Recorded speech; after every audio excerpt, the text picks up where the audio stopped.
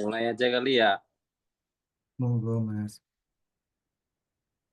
Iyalah, lebih cepat lebih baik. Iya.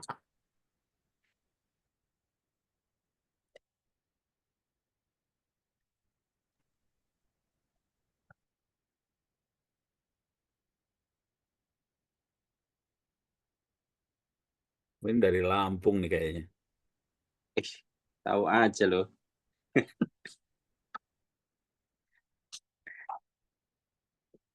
Mau pergi setoran dulu lah. Oke, selamat sore. Assalamualaikum warahmatullahi wabarakatuh. Waalaikumsalam. Yang saya hormati Prof. Ono, yang saya hormati pembicara kita, speaker kita, ada Bu Amira sama Mas Bagus, dan rekan-rekan semuanya yang hadir, terima kasih. Tema kali ini cukup berat. Yang temanya siapa ini? Karena impact-nya tidak lain adalah kesiapan organisasi sebetulnya. Oke, untuk mempersingkat waktu mungkin Prof. Ono mau kasih sepatah dua patah kata sebelum kita mulai. Monggo, Waduh, Prof. yang pasti saya terima kasih buat Mbak Amira sama Pak Bagus yang sudah bersedia buat partisipasi. Pak Agung sama Amanda dan teman-teman yang sudah mengorganize sama juga semua peserta yang hadir di sini. Ini saya buka rahasia dulu ya Mbak Amira, jujur dulu. Saya baca judulnya aku nggak ngerti sih. Seru ya, Prof ya. Ono nggak ngerti blas. Ini ngomong apa? Jadi saya di sini mau belajar sama Mbak Amira sama Pak Bagus, tapi keren banget Anda bisa mengajukan apa topik yang Ono ngeblank. Tapi mudah-mudahan ini jadi buat masukan buat kita semua. Jadi ternyata ilmu itu luas banget dan kita mudah-mudahan dapat belajar banyak sore ini dari Mbak Amira, Pak Bagus dan teman-temannya. Terima kasih Pak Agung sama semuanya yang hadir juga. Semoga sukses dan lancar. Thank you. Sip, thank you. Ini slide-nya jadi satu atau masing-masing atau gimana Mas Masing-masing. Bagus? Masing-masing. Oke, siapa dulu nih? Aku dulu boleh. Oke. Ditunjukin Oke, aku dulu kan cara. ini ada dua speaker kita. Pertama mungkin Mas Bagus dulu, kemudian nanti Mbak Amira. Tapi kurang lebihnya kalau untuk di instansi, khususnya di lingkungan PNS, biasanya ini kepake buat SPBE. Begitu. Terus kalau di institusi yang swasta, biasanya impact-nya nanti ke kesiapan mungkin ISO atau mungkin apa ya SOP lah gitu. Jadi kesiapan dari organisasi tersebut. Oke, Mas Bagus, time is yours. Oke, terima kasih. Saya izin share screen ya. Agung, Kokono. Sudah terlihat kan? Ya, sudah Pak Bagus. Oke. Ya, Assalamualaikum warahmatullahi wabarakatuh. Selamat sore, rekan-rekan webinar kita hari ini. Waalaikumsalam, selamat sore Mas. Sebelumnya izinkan saya mengucapkan terima kasih ya kepada yang terhormat Prof. Ono, Pak Agung, rekan-rekan sivitas atau panitia webinar TTS ya, atas kesempatan yang sharing diberikan pada webinar hari ini. Hari ini mungkin tadi sudah disampaikan oleh Pak Agung. Sebenarnya kita ingin mengajak kita semua untuk melihat lebih dalam ya bagaimana organisasi baik di sektor private sektor, di swasta ataupun di pemerintah bisa bertahan dan melaju di era disrupsi teknologi yang sekarang tidak kenal kompromi. Hari ini kita melihat coba kacamata POV bagaimana organizational ambidexterity ini mampu membahas keseimbangan antara efisiensi dan inovasi agar menjadi fondasi utama untuk membangun industri digital yang adaptif, integrasi, berkelanjutan. Nanti kita juga di akhir ya berharap bahwa organisasi kita tuh nggak cuma sekedar responsif terhadap perubahan gitu ya, tapi organisasi kita jadi mampu memimpin perubahan itu sendiri lewat inovasi yang kita miliki gitu. Mungkin pertama-tama izinkan saya memperkenalkan diri. Nama saya Bagus Gede Arta Perdana gitu kan. Saya bertugas saat ini di Dinas Komunikasi dan Informatika Kota Tangerang Selatan sebagai Ketua Tim Pengembangan Sistem Elektronik. Tadi mungkin sudah disampaikan oleh Pak Agung, mungkin sekarang lebih dikenal dengan SPBE ya, Sistem Pemerintah Berbasis Elektronik gitu kan. Saya memiliki beberapa pengalaman sebelumnya sama seperti Mbak Amira di BCA. Coba kalau Mbak Amira mungkin di Bank BCA, kalau saya di BCA Insurance gitu. Memang cukup unik, saya dari latar belakang IT, nyemplungnya ke auditor karena memang waktu itu BCA Insurance memang melaksanakan audit di bidang PI gitu kan. Akhirnya saya hijrah banting setir ke pemerintahan, akhirnya nyemplung sampai sekarang gitu. Mungkin pertama-tama tadi benar disampaikan Prof. Hono, tema hari ini mungkin jelas gitu ya. Coba saya mau flashback sedikit gitu kan, sebenarnya sebuah organisasi bagaimana sih caranya mendapatkan profit ya. Mungkin pada masa lalu, awalnya pada tahun 1970-an mungkin karena dunia waktu itu masih chaos gitu kan, masih dalam tahap recovery pasca Perang Dunia Kedua ya kan. Permintaan pasar tuh belum stabil, baru mulai masih tahap berkembang kembali ketika orang butuh banyak produk untuk recovery setelah masa perang. Lalu muncul inovasi besar yang jarang secara tiba-tiba muncul karena sifatnya masih invention. Orang masih membutuhkan produk-produk baru yang belum ada sebelumnya gitu kan. Lalu kompetisi antar organisasi atau enterprise itu masih bersifat siapa sih yang lebih murah, siapa yang lebih cepat produksi, dan siapa yang lebih banyak. Jadi profit organisasi itu dulu umumnya dapat dihasilkan melalui volume besar gitu kan, lalu menekan biaya produksi sekecil mungkin, secara efisien mungkin, lalu bagaimana caranya organisasi itu mampu menjaga stabilitas operasionalnya. Sehingga dapat kita sampaikan ya, pada masa itu sebenarnya organisasi itu lebih fokus kepada bagaimana mengeksploitasi apa yang mereka miliki. Mungkin eksploitasinya bisa lewat standarisasi proses produk mereka, lalu pengurangan biaya produksi dengan upah rendah karena itu masih recovery pasca perang, mencari bahan baku murah, lalu mengoptimalisasi supply chain yang ada dari proses produksi sampai proses distribusi sampai ke customer, lalu bagaimana caranya melakukan produksi dalam skala yang besar, mass production, sampai akhirnya bisa menjaga stabilitas operasional dengan menjaga kualitas ya, atau quality control. Pada masa itu memang inovasi sudah ada, tapi prosesnya mungkin jarang terjadi karena dilakukan terpisah. Karena sebuah inovasi itu belum jadi proses yang terintegrasi dengan proses operasional. Meskipun inovasi ada, inovasi biasanya dilakukan oleh divisi khusus yang seringkali berbeda nih, terisolasi dari proses utama yang ada di suatu perusahaan atau organisasi. Lalu fokusnya memang pada zaman dahulu tuh karena masih awal revolusi industri mungkin tahap 2 tahap 3, masih fokus pada invention, masih bagaimana membuat produk baru, belum sampai tahap inovasi, mengubah inovasi menjadi profit gitu kan. Lalu belum ada tuh zaman dulu tuntutan atau tekanan untuk organisasi secara masif untuk mampu beradaptasi secara cepat terhadap perubahan-perubahan teknologi yang ada. Dulu tuh organisasi umumnya memang memisahkan antara mengeksploitasi core bisnis yang dimiliki suatu organisasi dengan mengeksplorasi suatu inovasi yang ada yang dibutuhkan oleh customer tanpa mencoba menggabung kedua-duanya secara seimbang gitu kan. Jadi dalam dulu tuh eksploitasi masih mendominasi bagaimana cara utama untuk bertahan dan berkembang pada zaman itu. Inovasi pada waktu itu belum jadi sebuah budaya ya, beda zaman sekarang. Mungkin kalau Mbak Amira di BCA, saya ingat banget di BCA itu punya budaya Kaizen, memang diambil dari culture di Jepang, bagaimana setiap unit kerja itu mampu memiliki minimal satu inovasi tiap tahun. Bahkan inovasi terkecil apapun, seperti cuma ngerubah layout ruangan yang sebenarnya tujuannya agar meminimalisir jumlah langkah yang ingin dicapai dari satu divisi ke divisi lain. Itu sebenarnya salah satu inovasi dalam bentuk kecil yang tujuannya untuk meminimalisir gitu kan eh, proses yang tidak efisien gitu kan. Tapi kalau zaman dulu inovasi itu kerap kali dianggap jadi cost atau beban tambahan, bukan suatu keharusan atau investasi bagi organisasi untuk berkembang di masa depan. Jadi mungkin di awal gitu kan, ini sebagai latar belakang pada zaman dulu sebenarnya bagaimana sih rata-rata organisasi itu hanya fokus ke proses eksploitasi aja gitu kan. Nah lalu tahap berikutnya mungkin saya akan mencoba menjelaskan tadi yang Prof. Ono sampaikan, sebenarnya organizational ambidexterity itu apa sih? Jadi organizational ambidexterity itu pertama kali disampaikan oleh Robert B. Duncan ya. Itu seorang profesor manajemen yang memang fokus pada desain organisasi gitu. Di situ dia mulai menyadari bahwa dunia itu pada tahun 1970-an gitu kan itu berubah makin cepat karena masuk era komputerisasi di mana mulai muncul invention terhadap komputer mainframe, lalu berkembang kembali menjadi personal komputer yang selanjutnya ketika semua sudah komputerisasi, semua proses sudah terotomatisasi untuk proses bisnisnya, baik itu administrasi, produksi, sampai nanti mungkin finansial, sampai ke akuntansinya. Ketika efisiensi makin tinggi, tapi sekaligus ini muncul lagi nih peluang-peluang inovasi yang bisa jadi solusi untuk di bidang layanan atau model bisnis lainnya. Jadi organisasi sebenarnya tidak cukup hanya efisien.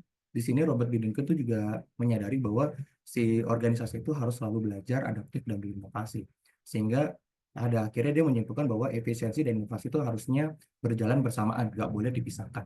Lalu pada tahun 1976 si Robert B. Duncan ini mendefinisikan sebuah istilah namanya organizational ambidexterity, yaitu kemampuan organisasi untuk menyelaraskan, untuk melakukan efisiensi dan mampu beradaptasi untuk inovasi secara bersamaan. Sehingga sering disebut juga dengan istilah dual structure gitu kan. Di sini si Robert memperkenalkan ide bahwa sebuah organisasi harus mengelola dua hal yang bertentangan secara bersamaan. Karena zaman dulu kan si eksploitasi dan eksplorasi itu terpisah gitu kan. Ketika bagaimana caranya efisiensi dengan inovasi itu dulu terpisah. Di satu sisi sebuah organisasi harus mampu melakukan eksploitasi, harus efisien agar mampu meningkatkan keuntungan dan mampu menjaga stabilitas operasional. Jadi perusahaan itu jadi tangguh. Di sisi lain, dengan lewat eksplorasi yang dimaksud sebuah organisasi harus mampu inovatif dan adaptif agar mampu menemukan potensi lain untuk growth gitu kan, untuk melakukan ekspansi, melakukan inovasi, bahkan menemukan solusi-solusi lain yang dapat diterapkan di bisnisnya. Lalu di situ juga Robert B. Duncan memperkenalkan istilah dual structure ya. Artinya organisasi harus didesain dengan adanya bagian yang unit fokus yang satu fokus pada operasional dan ada satu bagian lain yang fokus pada inovasi. Mungkin sekarang tuh rekan-rekan atau Bapak Ibu sekalian sudah sering umum gitu ya dilihat pada perusahaan-perusahaan teknologi atau perusahaan-perusahaan lain ada bagian produksi yang memang fokus memperbaiki proses pembuatan produksi dari meningkatkan efektivitas, meningkatkan efisiensi selama proses produksi yang ada di pabrik atau di perusahaan. Lalu ada juga bagian R&D yang memang fokus ke riset gitu dan development untuk bagaimana menciptakan produk baru nih yang nanti dapat meningkatkan profit dari perusahaan. Lalu sebenarnya apa sih pentingnya organization ambidexterity ini ya jika kita tidak mampu menyeimbangkan antara eksplorasi dan eksploitasi. Oke, lanjutkan. Oke.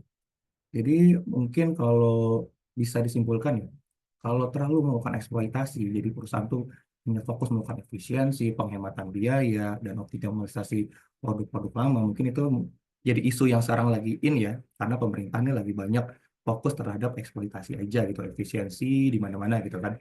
Padahal kalau perusahaan yang terlalu fokus pada eksploitasi atau efisiensi aja ini dapat berisiko bahwa jasa atau produk yang dia buat itu menjadi produk yang ketinggalan zaman, tidak relevan lagi terhadap kebutuhan customer di era baru di zaman saat ini.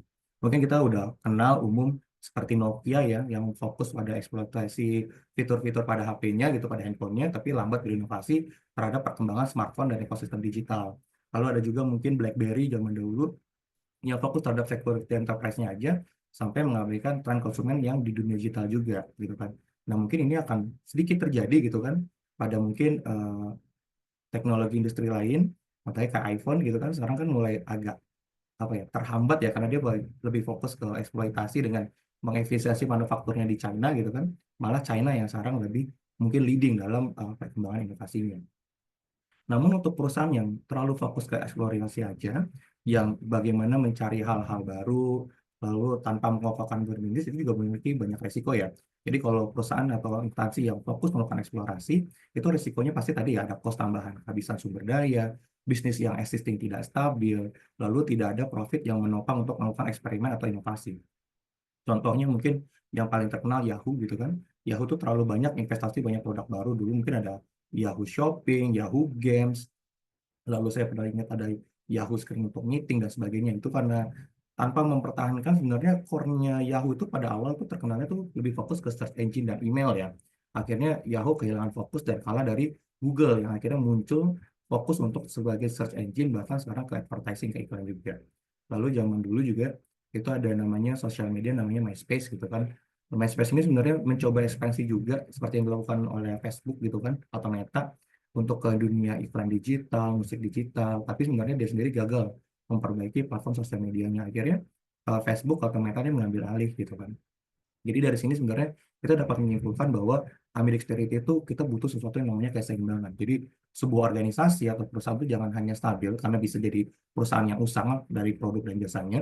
Lalu organisasi juga tidak boleh secara liar nih untuk melakukan inovasi karena inovasi yang liar dan sporadis itu bisa membuat core bisnis kita menjadi kacau. Jadi explore with discipline, exploit with resilience. Jadi organisasi ambidexterity ini bukan berarti organisasi bebas melakukan eksplorasi sebanyak mungkin, tapi ambidexterity ini berarti sebuah organisasi sambil melakukan eksplorasi untuk masa depan tetap harus kuat untuk mengokohkan fondasi bisnis utama hari ini.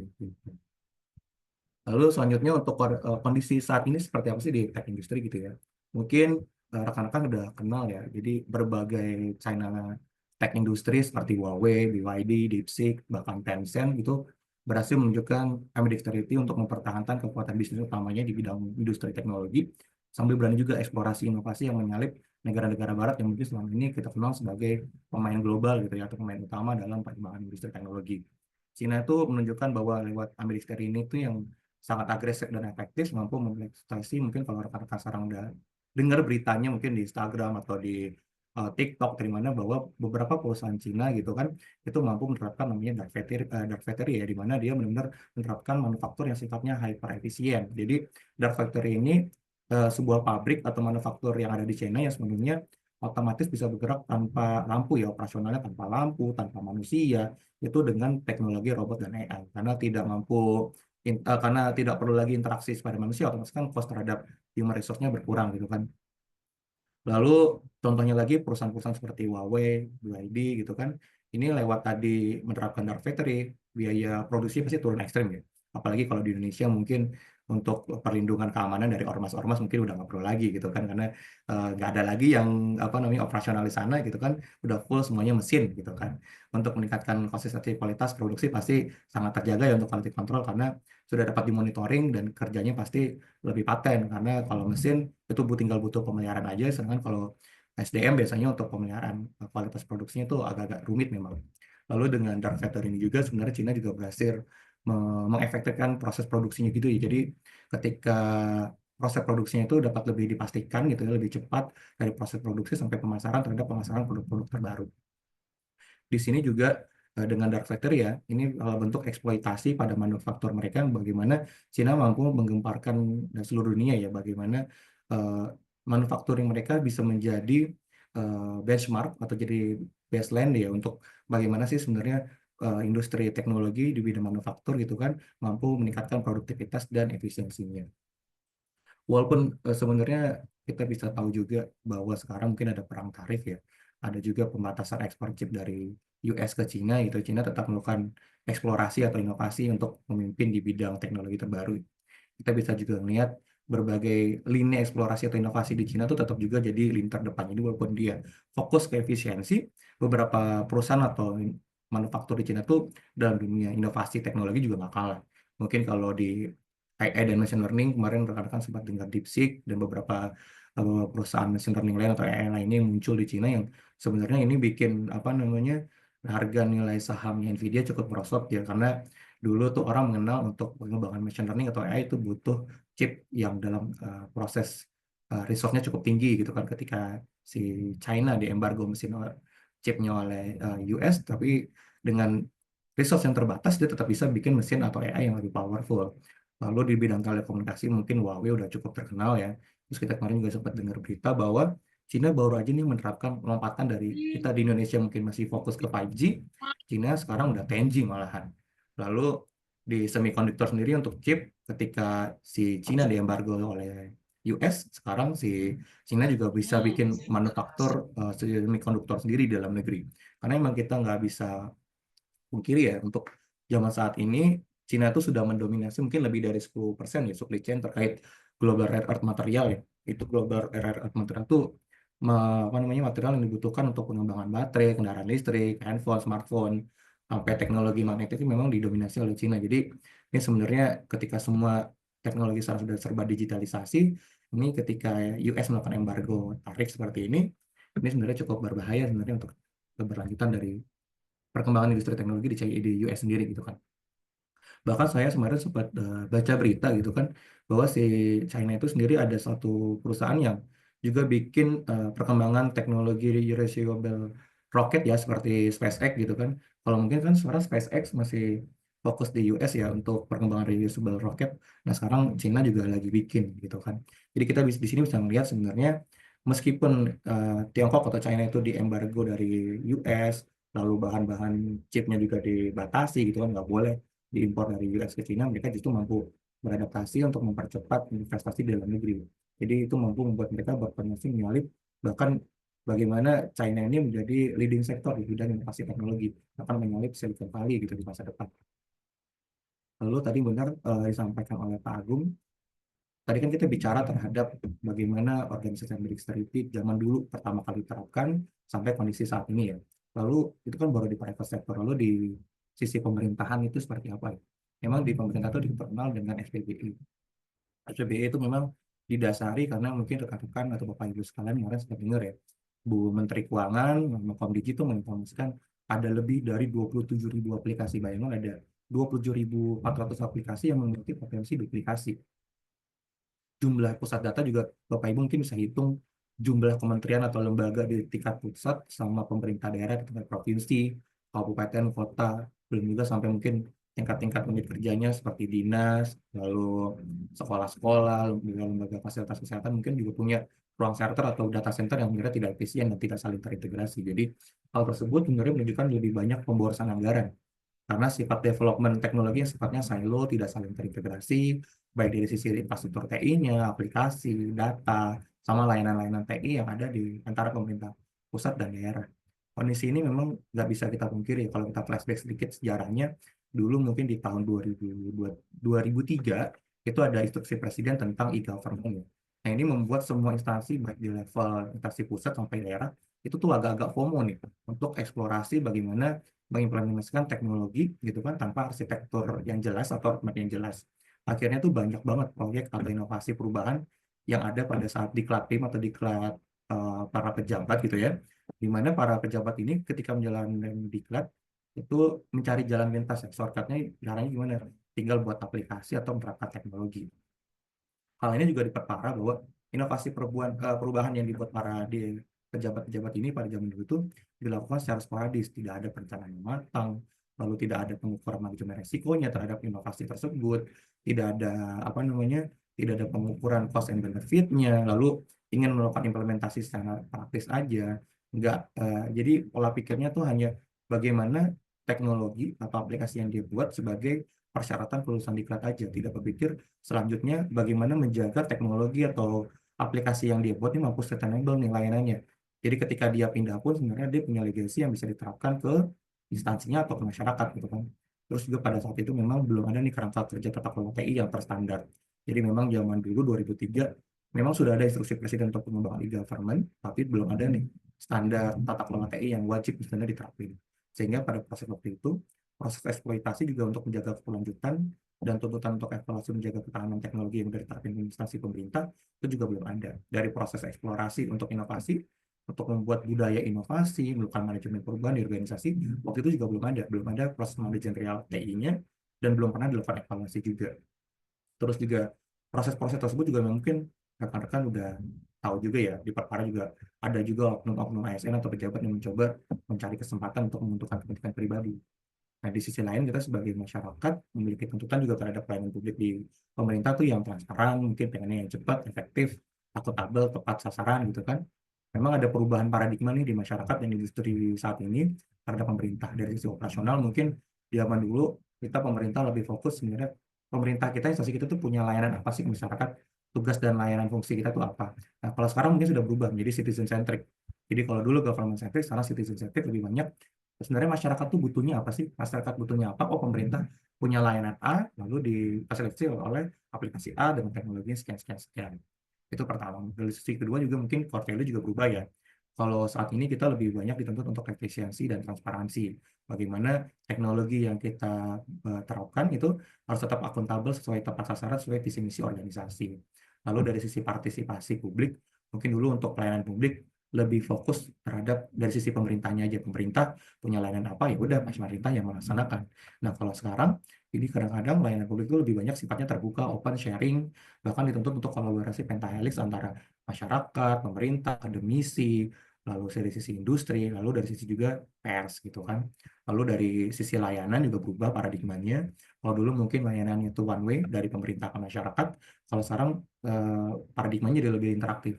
Kalau dulu mungkin kalau sekarang satu layanan contohnya kayak pembayaran secara digital gitu di pemerintah itu udah selain pembayarannya dari masyarakat ke pemerintah, kita juga kerjasama dengan perbankan. Jadi layanan pemerintah ini udah saling terintegrasi untuk bertukar data dan layanan, baik antara sama pemerintah, terus juga dari pemerintah dan bisnis.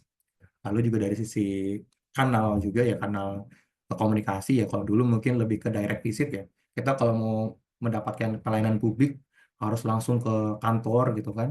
Kalau sekarang dengan teknologi, nah itu kita bisa akses pelayanan publik itu dimanapun dan kapanpun. Apalagi kemarin ketika pandemi, ketika semua mungkin masyarakat fokus menjaga kesehatannya di rumah, kantor pemerintah juga banyak di lockdown, ini memang teknologi jadi berkembang pesat untuk inovasi di bidang pelayanan publik. Inilah sebenarnya tadi latar belakang masalah yang jadi dasar transformasi digital yang dilakukan pemerintah saat ini tuh banyak fokus membangun daripada membangun teknologinya, lebih bangun ekosistem pemerintah digital yang terstruktur ya dengan kerangka kerja SPBE. Jadi SPBE itu punya 7 prinsip. 7 prinsip yang pertama tuh prinsip efektivitas, di mana setiap optimalisasi sumber daya TI yang sudah kita investasikan itu harus mampu mendukung penyelenggaraan SPBE sesuai kebutuhan, sesuai visi dan misi, tujuan dan sasaran organisasi. Kedua, prinsip keterpaduan. Prinsip keterpaduan ini bagaimana semua investasi atau sumber daya TI yang kita udah terapkan itu mampu diintegrasikan dari sisi data dan informasinya, layanannya, prosesnya, aplikasinya, teknologi infrastruktur TI-nya dari sisi keamanan. Lalu dari sisi kesinambungan, prinsip kesinambungan itu bagaimananya sebuah penyelenggaraan SPBE kita ya dari aplikasinya, infrastrukturnya itu secara keberlanjutan. Jadi nggak cuma sporadis nih, tiba-tiba kita terapin tapi nggak ada proses perencanaannya, nggak ada tahapan transisinya, lalu tidak ada plan nih untuk perkembangannya, roadmap-nya seperti apa. Lalu prinsip keempat ada prinsip efisiensi, bagaimana investasi atau sumber daya TI yang sudah kita terapkan itu mampu mengefisiensi dari sisi cost, dari sisi operasional atau apa namanya dari sisi yang diterapkan untuk pelayanan publik tersebut juga gitu kan. Jadi jangan sampai teknologi yang udah kita investasikan ini tidak mampu mengefisiensikan dari sisi lain gitu kan. Jadi harus tepat guna lah. Lalu kelima dari prinsip akuntabilitas.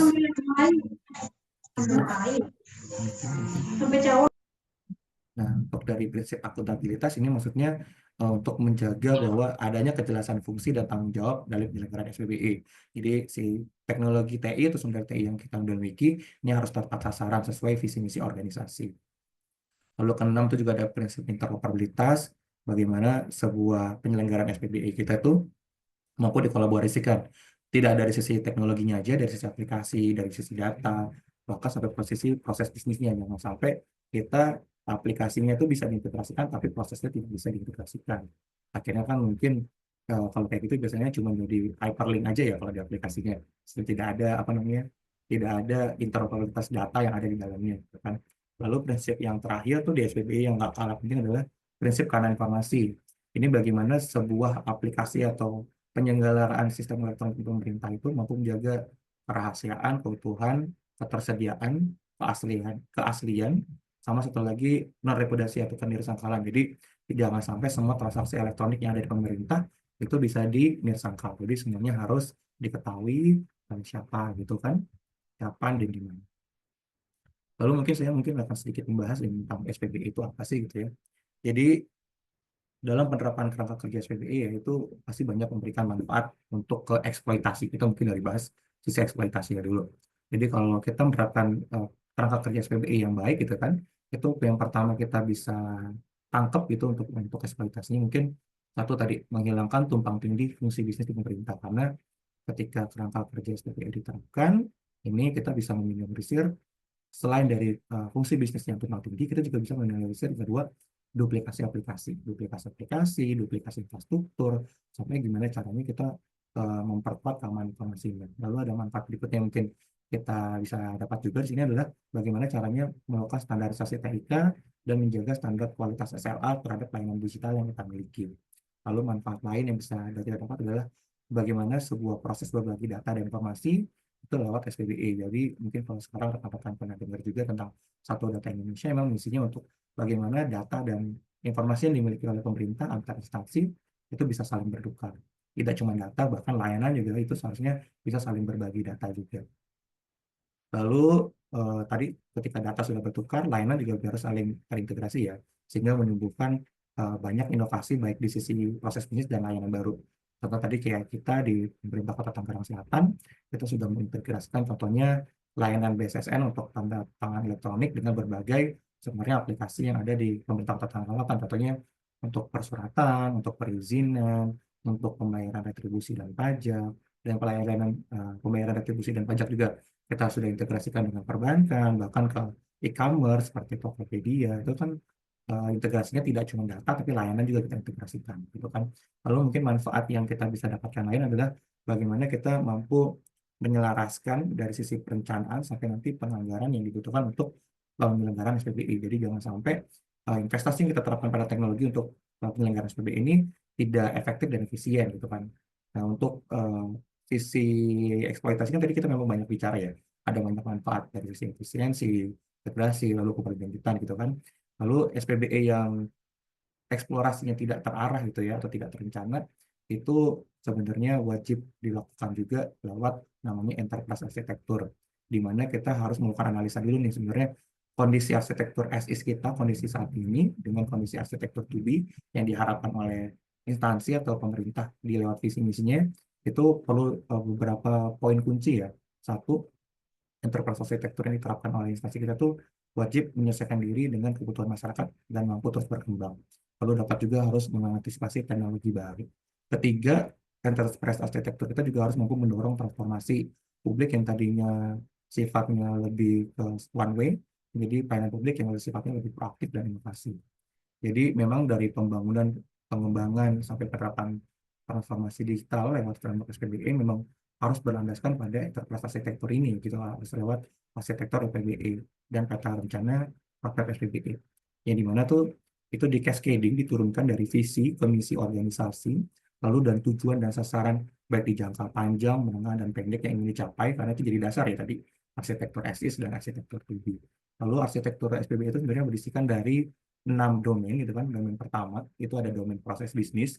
Itu kita harus menjabarkan dulu nih setiap aktivitas di setiap unit organisasi, siapa melakukan apa, gitu kan, dalam arsitektur proses bisnis. Ketika arsitektur proses bisnis itu udah jadi, itu digabungkan dan coba diintegrasikan untuk menjadikan sebenarnya ini sebenarnya bisa loh dijadikan satu layanan tertentu, gitu ya. Contoh kayak di arsitektur proses bisnis di dinas kesehatan contohnya. Pasti kan itu ada banyak layanan proses bisnis ya, dari layanan poli gigi, poli terkait kehamilan, lalu farmasi, laboratorium, itu kan banyak proses bisnis, itu kan sebenarnya bisa diintegrasikan, digabungkan jadi satu layanan kesehatan. Nah, ketika tadi kita sudah punya arsitektur proses bisnis, sudah kita coba gabungkan dan integrasikan jadi suatu proses lalu melalui suatu layanan ya, jadi arsitektur layanan, itu arsitektur layanan dan arsitektur bisnis itu harus dijabarkan kembali nih.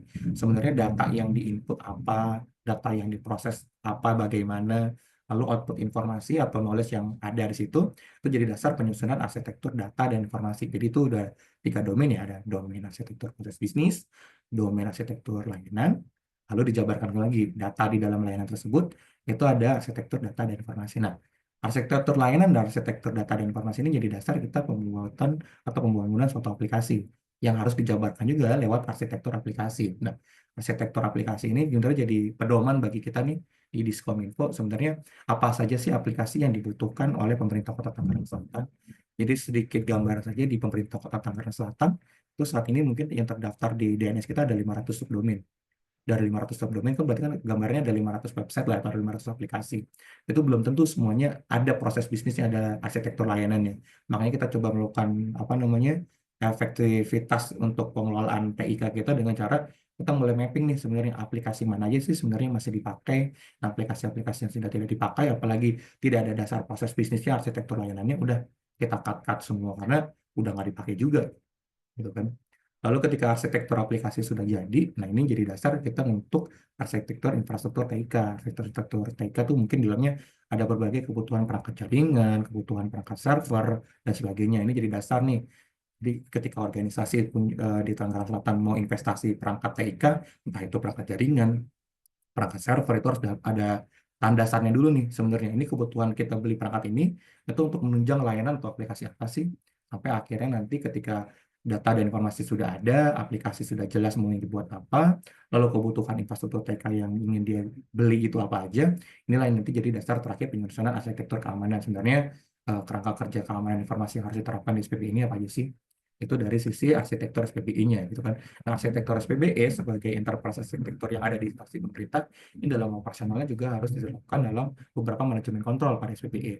Jadi di SPBE itu ada sekitar beberapa manajemen kontrol, contohnya kayak manajemen risiko, manajemen SDM, manajemen perubahan, manajemen pengetahuan, manajemen layanan, manajemen aset, data, keamanan informasi, sampai ke manajemen audit. Jadi prinsip penting dalam menerapkan organizational ambidexterity dalam SPB ini harus setiap tetap berlandaskan pada arsitektur SPBE baik secara nasional dan arsitektur SPBE yang ada di instansi masing-masing. Jadi ketika kita melakukan eksplorasi atau melakukan inovasi itu nggak boleh liar, nggak boleh sporadis. Jadi tetap harus berlandaskan pada arsitektur SPBE karena arsitektur SPBE ini jadi dasar nih sebenarnya kebutuhan kita tuh apa sih. Lalu dalam penerapan SPBE juga harus jalan dengan roadmap SPBE ya, peta rencana SPBE jadi dasar skala prioritas sebenarnya mana duluan sih yang harus dibutuhkan oleh organisasi untuk diterapkan teknologi duluan gitu kan. Lalu dalam penerapan SPBE juga harus didasarkan bahwa kita organisasi harus memiliki analisa kebutuhan dan risiko. Jangan sampai organisasi dalam penerapan tadi arsitektur dan roadmap SPBE nggak ada analisa cost and benefit-nya. Lalu yang terakhir nggak kalah penting gitu kan, untuk menjaga keberlanjutan kita harus melakukan monitoring dan evaluasi atau sampai juga ke audit untuk menerapkan SPBE yang sudah kita terapkan. Jadi ini adalah salah satu bentuk nyata ya organizational ambidexterity dalam transformasi digital yang ada di pemerintah saat ini lewat tadi framework SPBE ya. Jadi arsitektur dan manajemen SPBE bukan hanya alat untuk standarisasi digitalisasi yang ada di pemerintah, tapi juga jadi dasar pemerintah Indonesia untuk menjaga stabilitas layanan digital agar tetap lincah berinovasi. Jadi berikut saya akan coba jelasin contoh-contoh eksploitasi dan eksplorasi ya dalam pengelolaan arsitektur dan manajemen SPBE. Dari sisi arsitektur dulu deh. Dari arsitektur kan tadi ada 6. Ada pertama mungkin arsitektur proses bisnis. Dari sisi eksploitasinya kita bisa menstandarkan SOP, memperjelas tanggung jawab suatu unit, siapa melakukan apa, itu kalau di proses bisnis. Untuk di eksplorasinya kita bisa mungkin menemukan peluang otomisasi. Sebenarnya kita bisa meredesain bagaimana proses bisnis ini lebih efektif, efisien, bahkan lebih agile terhadap kebutuhan masyarakat saat ini. Di sisi arsitektur layanan untuk eksploitasi kita bisa menyederhanakan atau mengintegrasikan beberapa layanan sekaligus gitu kan.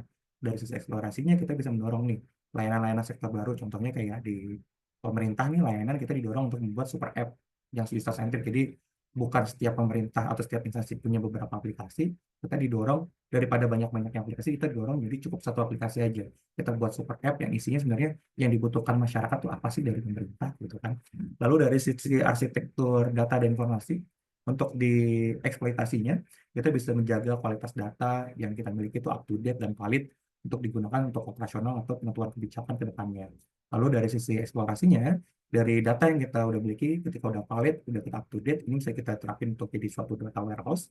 Nanti kita buat inovasi lain untuk IoT, big data, sampai yang dilakukan oleh Diskominfo saat ini kita lagi coba riset LLM nih dengan Parpono untuk penggunaan AI, nanti yang bisa diterapkan di beberapa solusi-solusi yang ada di pemerintah. Lalu dari sisi arsitektur aplikasi gitu kan, untuk eksploitasinya kita mungkin sekarang mulai menstandarisasi aplikasi-aplikasi apa aja sih yang harus dibuat, jangan sampai ada duplikasi. Jadi aplikasi udah kita coba untuk standarisasi agar nggak ada duplikasi, lalu aplikasi juga kita standarisasi sebenarnya standar proses SDLC-nya gimana sih, jangan sampai aplikasi yang kita buat tidak aman. Lalu dari sisi eksplorasi juga kita tadi sudah jelasin tadi bagaimana caranya membuat aplikasi dengan platform super apps, jangan sampai aplikasi yang kita buat itu terjadi ada duplikasi lagi. Lalu bagaimana aplikasi yang kita buat udah modular apps kita lebih pakai ke microservices, jadi ada open API yang kita bisa gabung antara beberapa layanan sekaligus. Lalu dari sisi arsitektur infrastruktur TIK, mungkin yang bisa kita terapkan untuk eksploitasi bagaimana kita nerapin infrastruktur data center yang andal pastinya sesuai SLA lalu scalable juga. Dari sisi eksplorasinya mungkin kita bisa adopsi teknologi baru untuk cloud computing, edge computing, dan IoT. Kami jarang banget mungkin di beberapa tempat untuk melakukan penerapan IoT. Lalu dari sisi arsitektur keamanan, itu bagaimana dari sisi eksploitasi kita menjamin nih keberlangsungan operasional dan proteksi data yang kita pakai dalam aplikasi dan infrastruktur TK yang kita miliki. Dari sisi eksplorasinya mungkin kita coba inovasi-inovasi yang lebih lanjut ya dengan membuat sandbox inovasi yang berbasis resiko, bagaimana setiap inovasi atau aplikasi yang sudah dibuat itu harus ada proses stagingnya dulu nih, jangan sampai inovasi tapi membahayakan untuk blunder ke kita selaku pemerintah. Lalu dari sisi manajemen SPBE, itu kan ada banyak juga tadi kontrol-kontrolnya, ada 9 manajemen SPBE ya. Coba saya jabarin satu-satu mungkin. Kalau dari manajemen resiko ya, itu pasti kan dari sisi investasinya, itu mampu mengurangi resiko ya, terhadap layanan-layanan existing. Lalu dengan manajemen resiko yang baik juga, kita dapat meningkatkan stabilitas suatu instansi. Nah, kita nggak boleh pungkiri, kita saat ini mungkin lebih banyak bicara tentang manajemen resiko negatif ya, atau resiko terhadap kelemahan atau threat yang kita miliki. Kalau di SPBE itu manajemen risiko ada manajemen risiko positif, jadi terhadap strength dan opportunity yang kita miliki. Jadi bagaimana dengan manajemen risiko kita dapat mengelola risiko inovasi nih. Sebenarnya dari kekuatan yang resource yang kita punya, opportunity yang kita punya, sebenarnya kita bisa punya inovasi apa sih untuk meningkatkan proses bisnis atau layanan kita. Lalu juga memungkinkan bagaimana eksperimen atau inovasi yang kita miliki itu jadi lebih kontrol karena udah ada manajemen risikonya. Dari sisi manajemen SDM, untuk di sisi eksploitasi, kita dapat meningkatkan skill operasional ya lewat pelatihan dan sebagainya. Lalu dari sisi eksplorasi kita juga bisa tambahkan nih SDM yang kita miliki itu terhadap kompetisi digital yang baru, contohnya terhadap AI, terhadap cloud computing, terhadap data science. Nah, mungkin salah satunya yang nyata yang mungkin sudah rekan-rekan akademisi atau rekan-rekan mahasiswa lihat itu di programnya FoundDigi ya, yang Digital Talent Scholarship, itu salah satu bentuk beasiswa ya dari pemerintah terhadap kompetisi digital baru gitu kan, agar setiap masyarakat dan instansi pemerintah ya ASN-nya itu selalu di-up-to-date nih terhadap literasi digitalnya. Lalu yang ketiga di manajemen perubahan, bagaimana dari sisi eksploitasi kita mampu mengelola perubahan sistem yang stabil. Dari sisi eksplorasi, bagaimana kita mendukung di transisi ke model layanan atau teknologi yang baru. Jangan sampai karena kita nggak punya manajemen perubahan, kita transisi ke model atau teknologi baru, ini bisa jadi blunder juga ke kita. Karena kan mungkin kayak rekan-rekan juga ingat kasus yang kemarin di pemerintah, di Kemenq terkait Cortex, itu mungkin kan tidak ada manajemen perubahan yang jalan ya. Semua dilakukan sporadis gitu kan, tidak ada masa transisi, akhirnya kaget nih, ternyata layanannya juga mungkin nggak dikontrol juga nih resikonya ketika transisi ke sistem yang baru. Lalu di manajemen pengetahuan untuk dari sisi eksploitasi, gimana nih kita jika mampu mendokumentasikan, kita mampu menjaga transfer best practice layanan atau teknologi yang kita miliki. Dari sisi eksplorasi, bagaimana kita mampu menyimpan hasil eksperimen, baik itu yang sudah kita lakukan terhadap inovasi. Nah, nanti ini bisa jadi apa namanya data warehouse juga di kita. Sebenarnya inovasi-inovasi ini bisa kita terapin untuk solusi-solusi yang lain. Jadi kan layanan pemerintahan banyak, mungkin kita dengan satu aja riset mungkinnya kita inovasi terkait AI gitu kan, bikin chatbot, LM dan sekalian. Nah ini bisa diterapin untuk beberapa solusi, nggak cuma chatbot, mungkin bisa juga untuk decision support system dan sebagainya. Lalu dari manajemen layanan, di sisi eksploitasi, ini kita juga bisa menjamin bagaimana layanan yang kita miliki sesuai dengan standarisasi SLA yang sudah kita tetapkan atau threshold yang sudah kita tetapkan. Lalu dari sisi eksplorasi juga manajemen layanan itu mampu memberikan fleksibilitas bagaimana kita mampu menguji model layanan yang baru akan kita terapkan. Di sisi manajemen aset tadi pasti lebih ke efisiensi ya. Bagaimana kita mampu mengoptimalisasikan resource aset TIK yang kita miliki. Aset TIK nggak cuma hardware, software, data, SDM juga sebenarnya termasuk aset kita gitu kan dalam penyelenggaraan SPBD. Lalu dari sisi eksplorasi bagaimana aset yang kita miliki ini jadi investasi lagi nih untuk melakukan inovasi ke depannya. Dari sisi manajemen data, kita mampu menjamin data existing secara akurat dari sisi eksploitasi karena data ini penting nih untuk sisi operasional kita sehari-hari. Dari sisi eksplorasi, kita mampu memanfaatkan data untuk insight baru, untuk sifatnya prediktif, analitik gitu kan, untuk sifatnya pendukung pengambilan kebijakan di kemudian hari. Lalu dari manajemen keamanan informasi, dari sisi eksploitasi, bagaimana kita melindungi aset-aset informasi dan layanan existing, aplikasi dan infrastruktur TIK yang kita miliki. Dari sisi eksplorasi, kita bagaimana menyediakan keamanan informasi mungkin dengan penyerapan keamanan informasi yang sifatnya zero trust dan lainnya itu ya untuk manajemen keamanan informasi di kita. Lalu sebenarnya BCP itu juga termasuk eksplorasi untuk menjaga keberlanjutan layanan atau teknologi yang kita miliki juga ada di situ. Lalu di manajemen audit itu di sisi eksploitasi di internal mungkin kita ada evaluasi audit terhadap layanan TIK yang kita miliki yang harus sifatnya objektif, independen. Jadi ada terbentuk tim-tim independen gabungan antara inspektorat dan Diskominfo untuk mengevaluasi layanan SPBE yang ada di dinas-dinas. Dari sisi eksplorasi, audit itu juga sebenarnya jadi tahap uji coba lah, tadi kayak sandbox gitu kan, untuk memeriksa bahwa layanan ini layak untuk diterapkan. Lalu selanjutnya, bagaimana sih kebutuhan di masa depan ya? Jadi future trend di tech industry pasti pertama itu ada sebagai AI sebagai pengambil keputusan di setiap organisasi. Jadi keputusan bisnis dan operasional mungkin di masa depan akan lebih banyak menggunakan AI untuk mengoptimalkan penerapan AI nggak di sisi industri private sektor tapi di pemerintah juga. Jadi kalau saat ini mungkin kayak OpenAI itu ada banyak menyediakan API subscription yang bisa sebenarnya diterapin juga nih untuk chatbot layanan publik. Tapi sebenarnya AI juga ini juga bisa diterapkan untuk membantu decision support system ya sebagai analisis data populasi, data ekonomi, data sosial. Jadi bisa membantu pemimpin nih kalau di pemerintah kota besar, wali kota mengambil kebutuhan strategis ya untuk prediksi ke depannya, lalu rekomendasi kebijakan yang perlu diambil berdasarkan big data yang ada di internet gitu kan.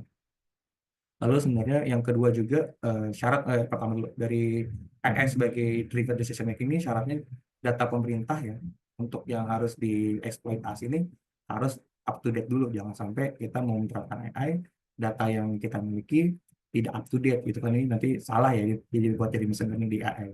Jadi kalau kita mau berinvestasi untuk inovasi di bidang AI gitu kan untuk penerapan data science, machine learning atau AI, data dan informasi yang kita miliki harus up to date dulu gitu kan, harus relevan dulu.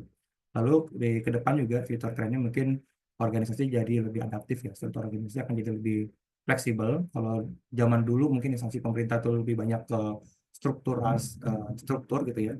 Kalau sekarang banyaknya decentralized structure ya. Bagaimana instansi pemerintah sekarang ini dalam model kerjanya itu lebih hybrid, bisa WFA gitu kan. Lalu kemarin ada penyederhanaan birokrasi juga.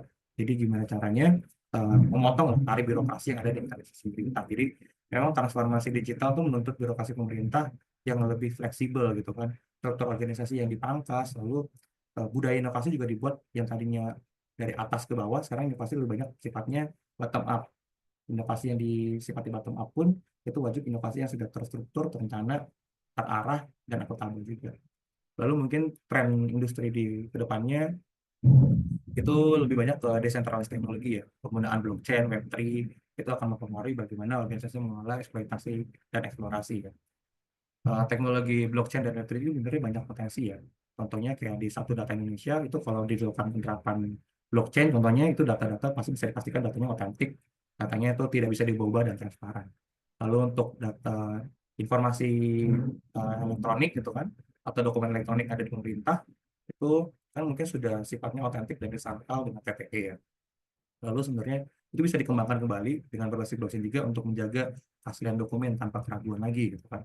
Karena kalau dengan blockchain kita bisa memastikan bahwa dokumennya otentik gitu dan tidak bisa diubah-ubah. Kalau decentralized teknologi juga yang dapat diterapkan lain itu ada kayak cross border service untuk pertukaran data lintas negara ya. Kalau sekarang kan baru pertukaran data dan informasi dan lainnya masih lintas instansi aja. Mungkin kita berharap ke depannya juga kita ada layanan yang bisa cross border tingkat ASEAN mungkin itu terapkan ada standar interoperabilitas berbasis teknologi yang bisa diterapin. Mungkin contoh simpelnya pionirnya KRIS ya.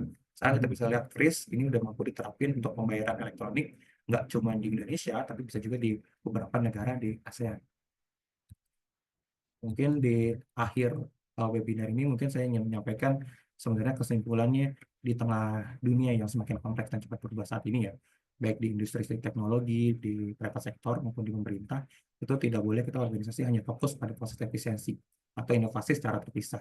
Jadi lewat organisasional ambidextrous ini kita diajarkan bahwa di masa depan itu hanya bisa dimenangkan oleh mereka yang mampu menjaga keseimbangan. Mereka harus jalan secara sejajar terus-menerus untuk memperkuat apa yang sudah mereka miliki saat ini, sambil terus juga menjelajah kemungkinan atau potensi yang akan mereka dapatkan di masa depan itu seperti apa. Di sisi pemerintah, lewat kerangka kerja SPBE, lalu ada ekosistem transformasi pemerintah digital yang saat ini sudah terbentuk dan sedang dicoba diterapkan ya, walaupun belum optimal, kita mungkin sudah mulai memiliki fondasi tidak hanya mengajarkan kita untuk coba mengejar ketertinggalan teknologi yang ada di private sektor. Mungkin kita cukup mengenal pemerintah saat ini kan agak lebih dilambat, agak di belakang private sektor ya, sektor sisi swasta ya. Jadi kita juga berharap pemerintah saat ini juga lewat transformasi digitalnya itu di masa depan bisa jadi pionir untuk inovasi penerapan teknologi agar mampu melayani masyarakat lebih adaptif, lebih cerdas tentunya, dan juga penerapan teknologi yang kita buat ini lebih berlanjut ya, nggak cuma selesai saat ini juga. Jadi memang di masa depan tuh organizational ambidextrous ini bisa jadi kunci bagaimana kita mampu bertahan dan tumbuh di tengah disrupsi perkembangan teknologi saat ini. Karena di masa depan industri teknologi mungkin tidak hanya mengejar hyper efisiensi aja seperti di China, tapi juga mendorong ekosistem dan budaya inovasi yang berkelanjutan. Jadi mari bersama-sama kita berdoa mampu membangun industri teknologi Indonesia yang kokoh pasti ya, lincah, juga siap menghadapi masa depan karena the future belongs to organization that dare to balance resilience and innovation at the same time. Mungkin cukup sekian pemaparan dari saya. Wabillahi taufiq wal hidayah. Wassalamualaikum warahmatullahi wabarakatuh. Waalaikumsalam. Keren Mas Bagus. Ya, Mas. Nanti materinya kirim ya. Siap, siap. Rekan-rekan minta. Di Jadi, chat kah? wah baru ngerti saya. Jadi emang itu Prof, harus balance Jadi, yin dan yang gitu ya. secara singkatnya, organization ambidexter itu sebetulnya kurang lebihnya adalah kesiapan dalam transformasi digital. Cuma mungkin kalau tadi di sisi government ya, pertanyaan yang cukup menarik, butuh berapa lama gitu Mas untuk bisa ke arah sana. Tapi sebelum ke sana, mungkin ini ya, kata kuncinya saya bisa sedikit menyumbangkan bahwa kita perlu maturity dulu ya. Jadi kesiapan organisasinya, misalkan saat ini kalau tidak ikut arus misalnya, ya mungkin akan ketinggalan gitu ya transformasi digitalnya gitu. Nah, selain maturity juga tentunya supaya nggak crash dengan SDM begitu perlunya mungkin co-creation ya. Jadi mereka teman-teman itu perlu dilibatkan begitu. Sehingga ada kata kunci selanjutnya yaitu mungkin user satisfaction kan ya. User satisfaction sehingga semuanya ini bisa berjalan dengan ya semestinya begitu. Apalagi sekarang dunianya udah AI, ada Web3, ada blockchain, ada data science, macam-macam. Itu tadi dari perspektif government ya. Jadi kalau tadi ada pentahelix, tapi core-nya itu adalah triple helix. Ya. Kalau di sisi kampus mungkin smart kampus begitu. Nah, government sudah, industri sudah, government sudah, kampus sudah. Nah, sekarang monggo Mbak Amira, dari sisi perspektif industri harus seperti apa dan mungkin apa saja yang harus disiapkan bagi sebuah industri supaya nggak PHK kira-kira. Oke. Mungkin insight dari BCA atau mungkin dari apa ya organisasi yang lain mungkin bisa disampaikan, mungkin readiness-nya bisa disampaikan juga. Monggo Mbak Amira, time is yours. Ya, terima kasih banyak Pak Agung, Pak Bagus. Ini sebetulnya tadi saat Pak Bagus present, saya banyak mencatat sih Pak. Banyak insight yang saya dapat juga karena kurang familiar gitu ya dengan sektor government. Tapi mungkin di sini sebetulnya dari saya coba untuk melangkah one step ahead. Meskipun tadi sempat ditanyakan, oke, secara implementasi itu kita sudah harus menuju ke sana dan butuh berapa lama. Tapi izinkan saya untuk setelah kita sampai pada tahap itu, kita coba melangkah satu langkah lebih depan lagi. Furthermore, di sini mungkin untuk layarnya sudah terlihat belum ya, Bapak Ibu sekalian? Sudah Mbak. Oke. Mungkin perkenalannya tadi sudah dibantu juga dari Pak Agung dan Prof. Ono. Singkatnya, saya saat ini bekerja di BCA. Setelah lulus di tahun 2002 kemarin, kebetulan langsung mendapatkan kesempatan untuk gabung ke BCA, specifically di tim yang terkait dengan IT Service Continuity, Bapak Ibu. Day-to-day operation yang saya support itu related dengan IT Disaster Recovery Program.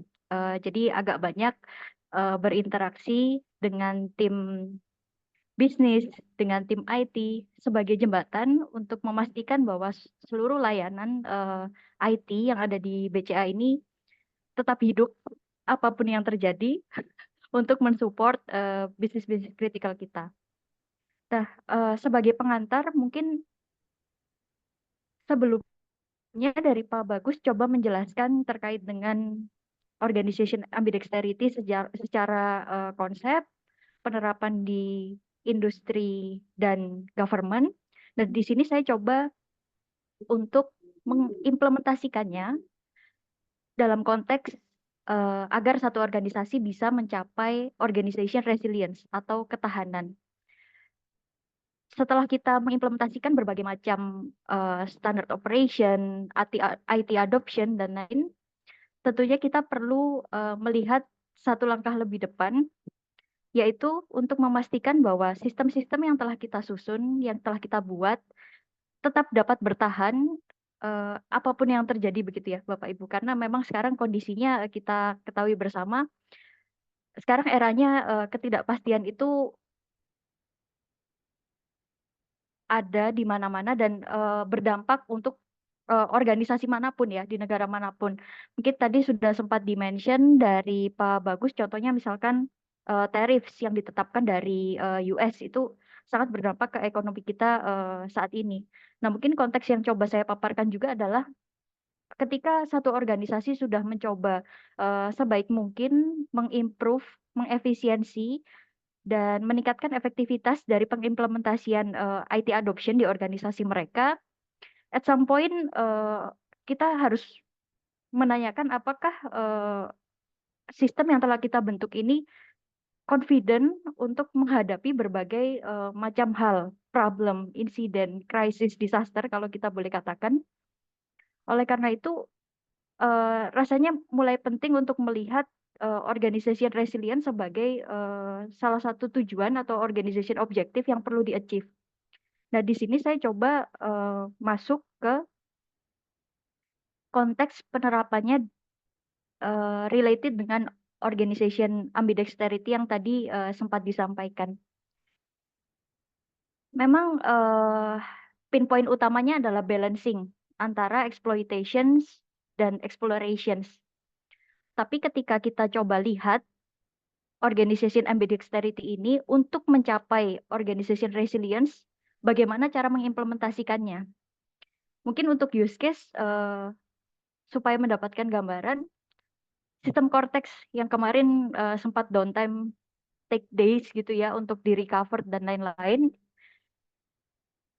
berapa banyak kerugian yang perlu ditanggung gitu ya dari organisasi atau institusi pajak kita dari adanya durasi downtime yang cukup lama tersebut.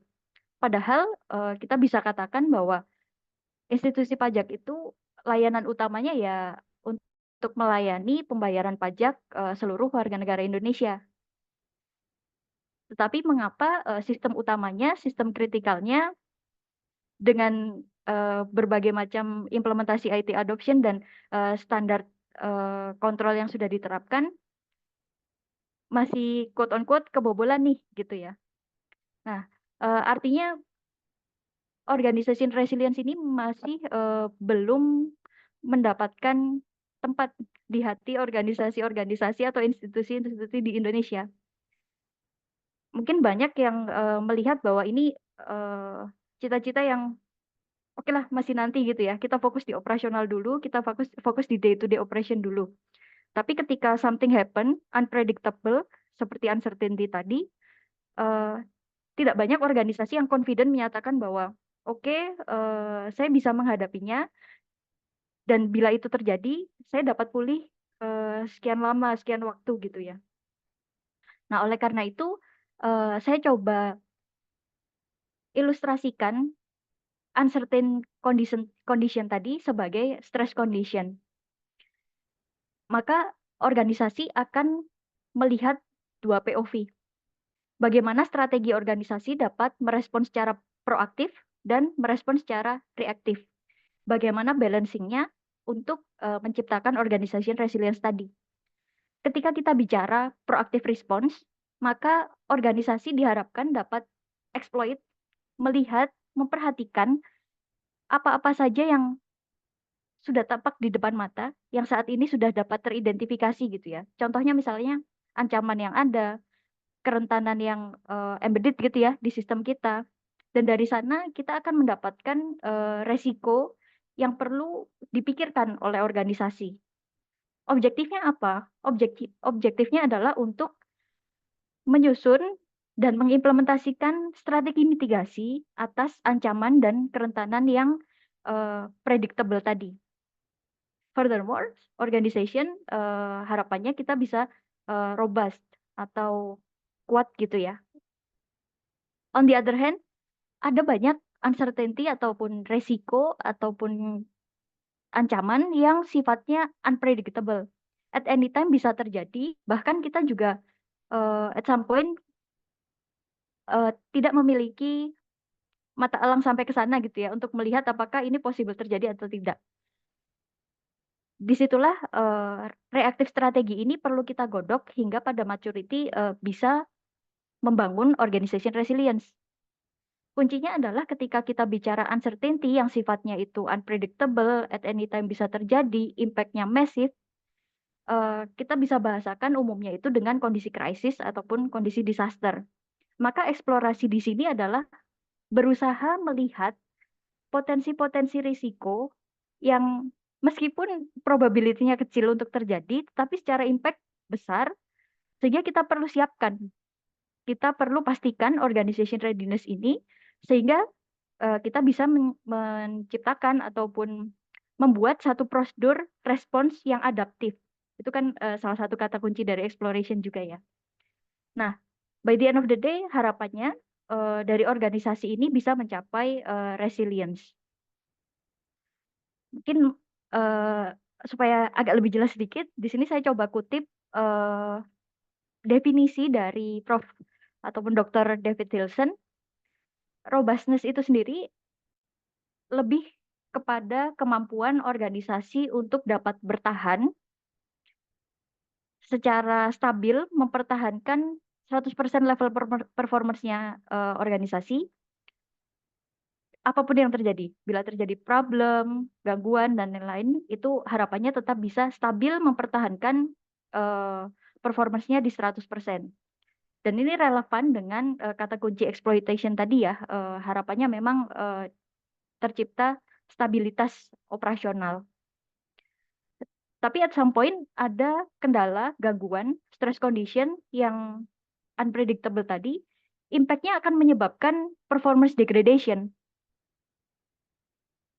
Organisasi akan memilih apakah dia akan menjadi organisasi yang bisa bounce back, kembali lagi ke performance 100% mereka, atau worst of the worst case, performance-nya turun sampai 0%, atau tadi dimention dari Pak Agung, PHK atau collapse gitu ya. Nah, di sini adalah gap, bridge, ataupun perbedaan antara robustness dan resilience. Karena saya fokus pada bagaimana kita dapat menciptakan atau mengejar dua item ini, robustness and resilience, maka saya akan coba highlight kontrol apa sih yang sebetulnya bisa kita gunakan untuk mencapai dua hal ini, robustness dan resilience. Mungkin beberapa kontrol ini sudah dimention juga ya dari Pak Bagus tadi dalam presentasinya, diantaranya terkait dengan manajemen resiko dan keamanan informasi. Nah, ini akan berkaitan erat dengan proactive response untuk mencapai robustness melalui enterprise risk management yang dikelola dengan baik. Dan di satu sisi, tadi juga sebetulnya sempat dimention terkait dengan manajemen keamanan informasi, ini secara kontrol kita bisa implementasikan dengan business continuity management. Mungkin masuk ke organization capability yang pertama, yaitu bagaimana kita dapat membangun proactive response dan mencapai robustness melalui enterprise risk management. Saya coba throwback sedikit ke definisinya terlebih dahulu supaya perspektif kita sama. Meskipun saya yakin Bapak Ibu sekalian, rekan-rekan sudah sangat familiar ya kalau kita bicara terkait dengan enterprise risk management. Tadi di awal saya coba buka dengan kondisi uncertainty. Apakah risk sama dengan uncertainty? Sebetulnya tidak gitu ya. Uncertainty itu belum tentu resiko, tapi kalau kita bicara resiko sudah pasti uncertainty. Oleh karena itu secara definisi yang kita pahami adalah resiko adalah uncertainty that matters gitu ya. Dan kita coba drill down ke poin-poin yang membangun satu resiko ini sendiri terkait dengan poin uncertainty, maka akan related dengan probability. Artinya ini mungkin terjadi dan tidak mungkin juga terjadi gitu ya. Ada dua POV. Lalu yang kedua, that matters. Apa yang dimaksud dengan matters-nya ini? Matters-nya ini adalah ketika uncertainty tersebut berdampak ke objektif organisasi. Itulah yang dapat kita definisikan atau kita filter uncertainty yang memang relevan untuk organisasi, maka itu kita bisa classified as risk atau resiko yang applied bagi organisasi kita.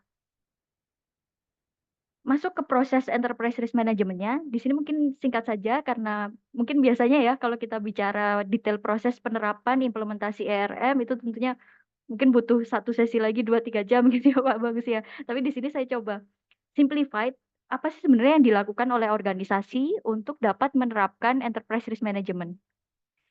Step pertama adalah define the context.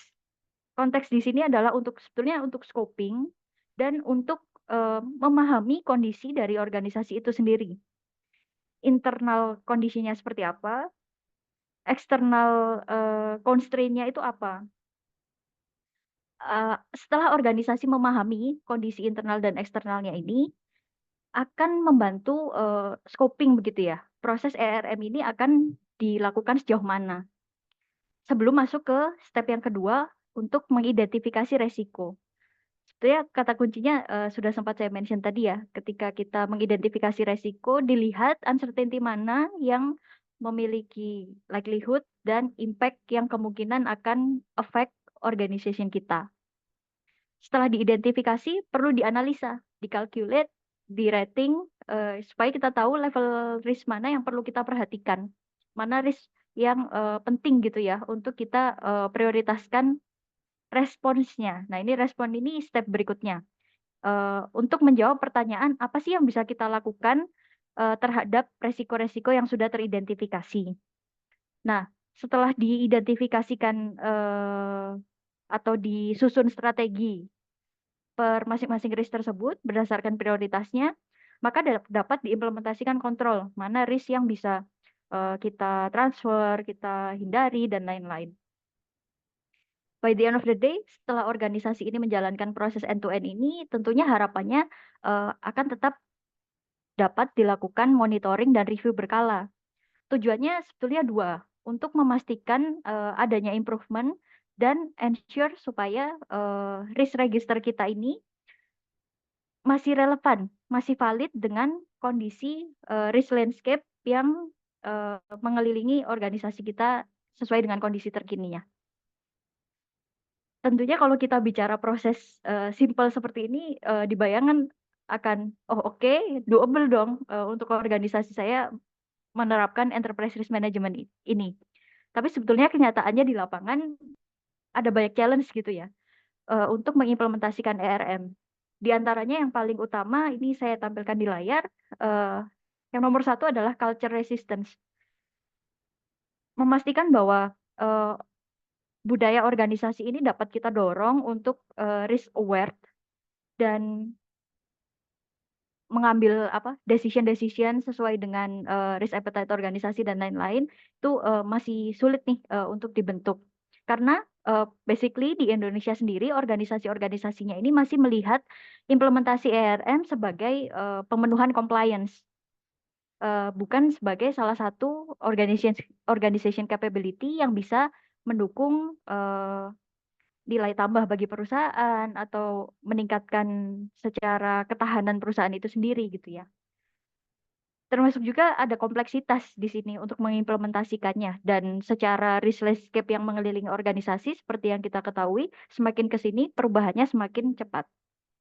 Tentunya ada banyak hal yang bisa kita lakukan untuk memastikan bahwa ERM ini dapat diimplementasikan dengan baik, yaitu dengan membangun risk culture yang kuat. Nah, mungkin kalau tadi dibilang susah nih bikin risk culture, tapi di bawah harus dibangun nih yang kuat. Sebenarnya caranya gimana? Driven-nya adalah top down approach. Artinya strong risk management itu akan inline dengan strong risk leadership. Ketika top manajemen organisasi itu sudah memiliki concern ke arah risk management ini, dia akan menginfluence level-level di bawahnya, level manajerial, operasional, hingga teknis gitu ya, untuk mengimplementasikan risk culture ini. Itu menjadi satu solusi gitu ya sebetulnya untuk dapat membangun culture risk di satu organisasi. Lalu yang kedua, karena prosesnya kompleks untuk diintegrasikan dan lain-lain, penggunaan standar seperti ISO 31000, 27 seri 27000 itu bisa membantu proses implementasinya ini. Dan yang terakhir ini tadi sempat dimention juga dari Pak Bagus ya, kita harus mulai men-shifting pemikiran kita bahwa resiko itu tidak selalu negatif kok. Kalau kita melihat matriksnya kan selalu resiko identifikasinya dikasih tanda warna merah gitu ya. Ada risk yang warna hijau. Artinya resiko ini sejalan dengan opportunity sebetulnya. Ketika resiko diintegrasikan pada setiap pengambilan keputusan di satu organisasi, maka kita akan melihat dua hal ini. Masuk ke capability yang kedua, BCM. Tujuannya untuk apa? Untuk menciptakan reactive response dan mencapai organization resilience. Pada konteks risk management tadi, kita mengidentifikasi resiko-resiko dan untuk resiko yang secara probability-nya itu sangat jarang terjadi, tetapi apabila terjadi itu impact-nya masif untuk perusahaan, strategi responsnya adalah bukan mitigasi, bukan di-reduce, tapi kita save dengan contingency plan yang perlu kita siapkan, rencana keberlangsungan yang perlu kita siapkan. Key point-nya adalah umumnya untuk menghadapi catastrophic event, artinya ketika dia terjadi akan massive impact-nya company kita, even itu rarely happen, tapi possible gitu ya, sangat jarang terjadi tapi mungkin untuk terjadi. Dan secara konsentrasinya sendiri ini tidak akan fokus untuk keseluruhan proses bisnis atau layanan organisasi yang dijaga, tapi kita akan prioritas pada mana-mana saja yang kritikal. Kritikalnya di sini didefinisikan dengan apakah dia akan impact ke aspek finansial, reputasi, legal, atau regulatory aspek gitu ya, serta operational risk appetite. Prosesnya sendiri dimulai dari penetapan programnya, artinya organisasi perlu melihat siapa sih yang akan menjalankan program BCM ini. Pasti butuh support, resource, dan lain-lain. Strukturnya seperti apa? Direct report-nya ke siapa? Hingga policy atau ketentuan yang mendasari implementasi BCM ini. Untuk kemudian masuk ke tahap pertama, yaitu analisa untuk melihat mana-mana saja layanan, proses bisnis yang dimiliki oleh organisasi, tapi yang paling kritikal. Artinya ketika dia terganggu, mati 30 menit, 1 jam, 15 menit saja, sudah berdampak sangat signifikan bagi organisasi. Serta kita perlu mengidentifikasi apa-apa saja resiko yang menempel ke layanan kritikal tersebut. Untuk kemudian kita develop strateginya seperti apa. Dan kita terapkan begitu ya, kontrol kontingensinya, dan kita uji prosedur rencana keberlangsungannya ini supaya bisa dioperasikan during crisis atau dalam kondisi yang tadi ya unpredictable. Secara berkala pun harus direview dan dimonitoring supaya tetap relevan dengan kondisi existing organisasi. Challenge-nya masih mirip-mirip mungkin ya dengan yang risk management tadi. Culture menjadi problem pertama, lalu support dari top management itu juga menjadi concern dalam implementasi BCM ini. Kompleksitasnya, karena sekarang IT adoption itu udah marak, lalu luas, masif, dan kalau konteks di bank sendiri kan kita tahu sistem mulai dari yang zaman jadul, mainframe, sampai ke cloud, semuanya dipakai nih. Nah, artinya ada kompleksitas di sana.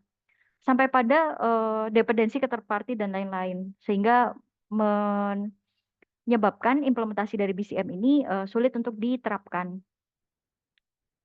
Oleh karenanya kita perlu mengintegrasikan strategi BCM ini dengan strategic objektif perusahaan supaya bisa mendapatkan support tadi ya, end-to-end, dan dapat dijalankan.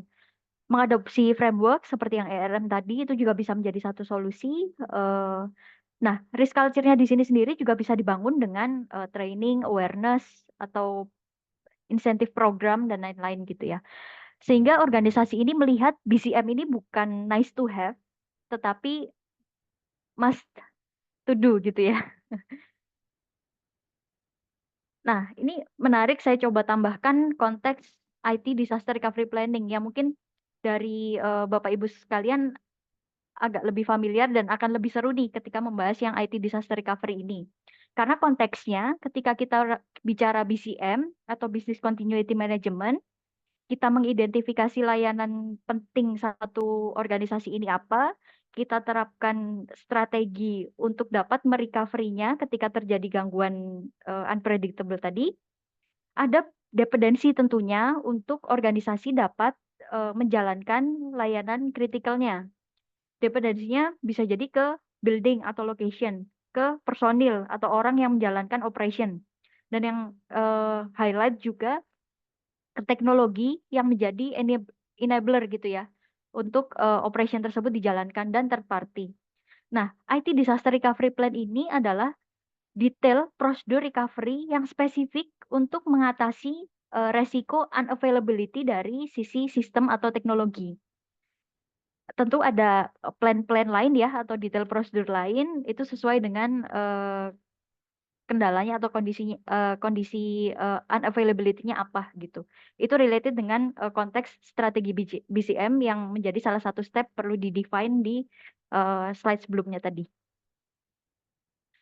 Stepnya agak lebih mirip nih dengan yang proses BCM, tapi kalau dilihat di sini tentunya ketika BCM program itu mengidentifikasi layanan kritikal, maka IT Disaster Recovery Plan-nya akan mengidentifikasi apa-apa saja aplikasi dan infrastruktur yang kritikal. Dalam hal ini mendukung si layanan kritikal tadi.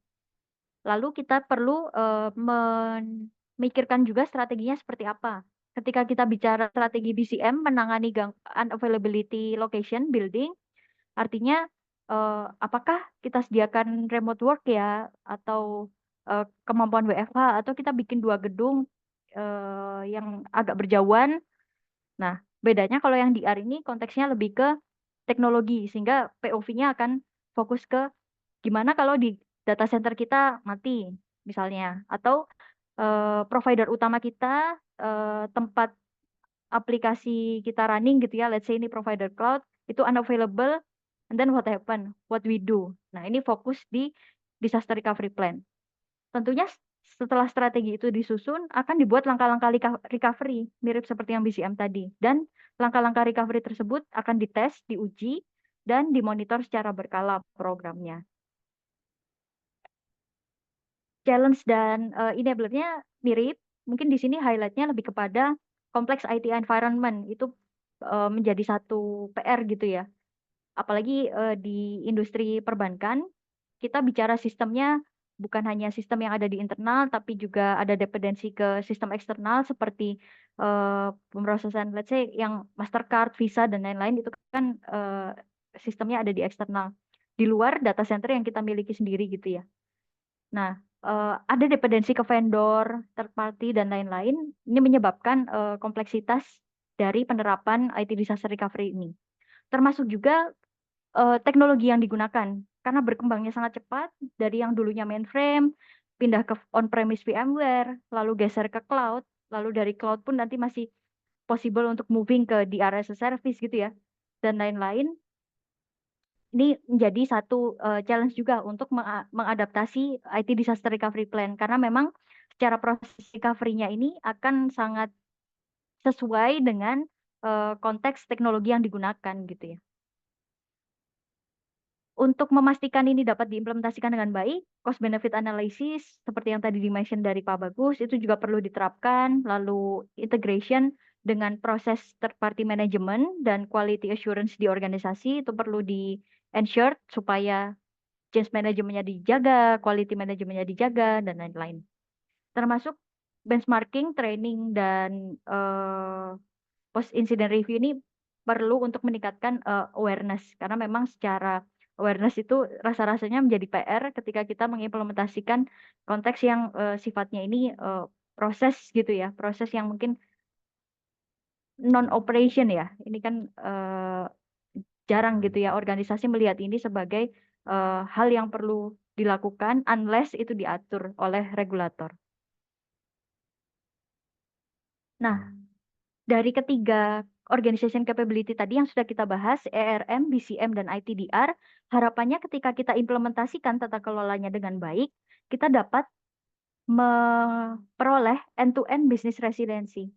Artinya, ketika operation biasa tidak terjadi apa-apa, kita bisa meminimalisir resiko dengan risk reduction yang kita peroleh dari proses enterprise risk management.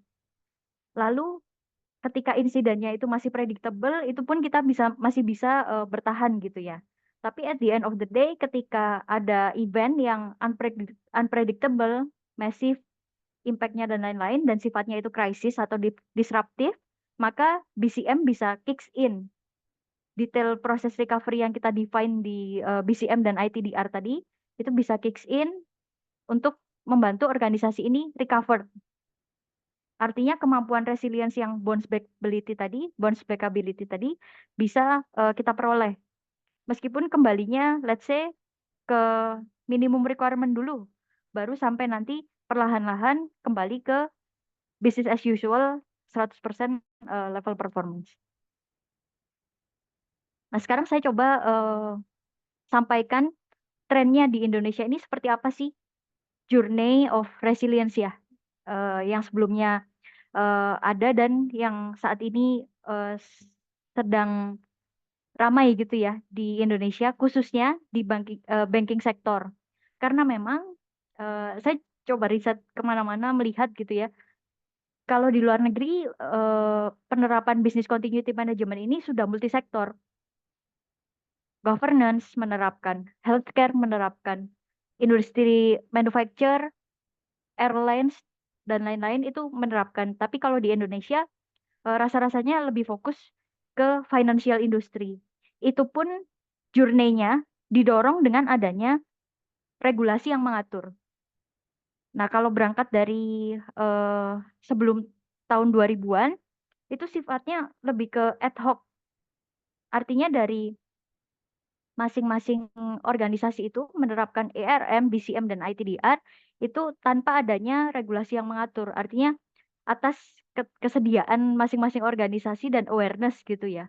Dan fokusnya itu sendiri pun belum end-to-end, belum sampai pada resiliensi, tapi lebih kepada asset protection dan risk control dulu. Lalu masuk di awal tahun 2000-an, 2003, 2005 if I'm not mistaken, itu sudah mulai masuk regulasi yang mengatur terkait dengan risk management, specifically di banking sektor. Itu kalau tidak salah ada surat edaran BI gitu ya, yang meng-highlight perlu adanya risk management, specifically terkait dengan kredit, market risk, operational risk gitu ya, tapi masih general. Sampai pada tahun 2011 kalau tidak salah ya, itu operational risk management ini mulai di-highlight oleh regulator. Artinya secara requirement itu mulai diperkuat dan mulai di-mention tuh aspek business continuity di sana. Artinya yang tadi sifatnya proaktif mulai melihat atau explore ke konteks yang reaktif si business continuity ini tadi. Sampai pada tahun 2016 kalau tidak salah ya, itu yang ketentuan dari BI dan OJK terkait dengan operational risk management diupdate untuk meng-highlight detail yang lebih komprehensif gitu ya terkait dengan business continuity management, dan diiringi dengan adanya POJK baru juga ini saya izin baca tahun 2022 itu terkait dengan penyelenggaraan teknologi informasi. Jadi konteks IT disaster recovery plan-nya itu sudah mulai di-cover oleh regulator. Dari journey ini kita lihat perkembangannya memang driven by compliance gitu ya untuk banking sector di Indonesia. Dan rasa-rasanya ITDR itu mulai ter-highlight karena memang secara banking industri sendiri itu sudah mulai beralih layanannya dari yang tadinya di cabang bergeser ke e-banking dan lain-lain. Next-nya apa? Kalau kita coba lihat ke perkembangan resilience landscape secara global, sebetulnya di negara-negara lain secara skop penerapannya pun sudah jauh lebih luas begitu ya dari Indonesia. Yang artinya kita 1-2 langkah di belakang mereka gitu. Even furthermore dari mereka sudah excel lebih jauh lagi nih bukan hanya melihat business continuity management, tetapi operational risk management yang juga mengakomodir potensi-potensi resiko terkait dengan cyber attack dan third party risk management. Secara regulasi itu ada regulasi baru, Digital Operation Resilience Act atau DORA. Ini baru di-applied di UK dan Europe kalau saya tidak salah di tahun 2024 kemarin. Itu regulasinya mulai ada, tetapi wajib berlakunya di tahun 2025 ini. Nah, dia mulai melihat end-to-end supply chain gitu ya. Triggernya apa? Karena COVID-19 kemarin.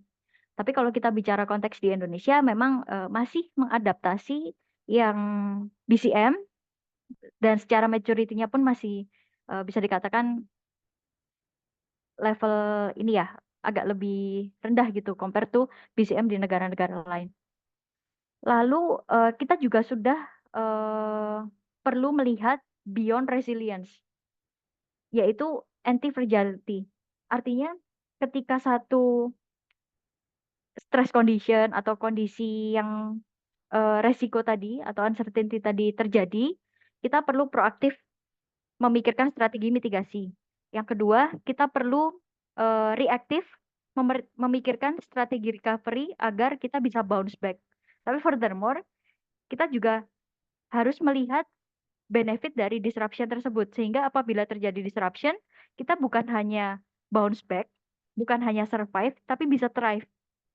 Nah, ini adalah konsep beyond resilience atau kita biasa mention dengan anti-fragility di global resilience landscape ya, artinya di negara-negara lain mulai mengarah ke sana. Melihat opportunity dari satu disruption yang terjadi. Lalu dari sisi konteks risk manajemennya sendiri, ini sudah bukan kontekstual compliance saja, tetapi sudah melihatnya jauh ke risk intelligence. Artinya risk ini diintegrasikan pada setiap decision process organization. Dan karena dimension intelligence di sini artinya dia mengambil data-data yang bisa kita katakan di real time gitu ya. Jadi sudah tidak berlaku matriks-matriks resiko yang mungkin kita kenal low, medium, high gitu ya. Likelihood-nya berapa, impact-nya berapa. Ini sudah furthermore menggunakan teknik-teknik yang lebih advance gitu ya. Dan menggunakan data-data yang lebih real time. Artinya ada support dari AI, terus risk report, dan lain-lain gitu ya. Dan integrated risk management. Ini artinya melihat dua POV resiko yang sifatnya perlu dimitigasi atau negatif dan sifatnya perlu di seeking atau dikejar yaitu opportunity gitu ya. Ini integrated risk management. Lalu untuk Indonesia bagaimana gitu ya? How we get there? Meskipun saya mention beberapa kali kita ini masih 1-2 langkah di belakang nih gitu. Sebetulnya kita harus mulai kembali ke culture dan awareness-nya dulu yang perlu kita bangun.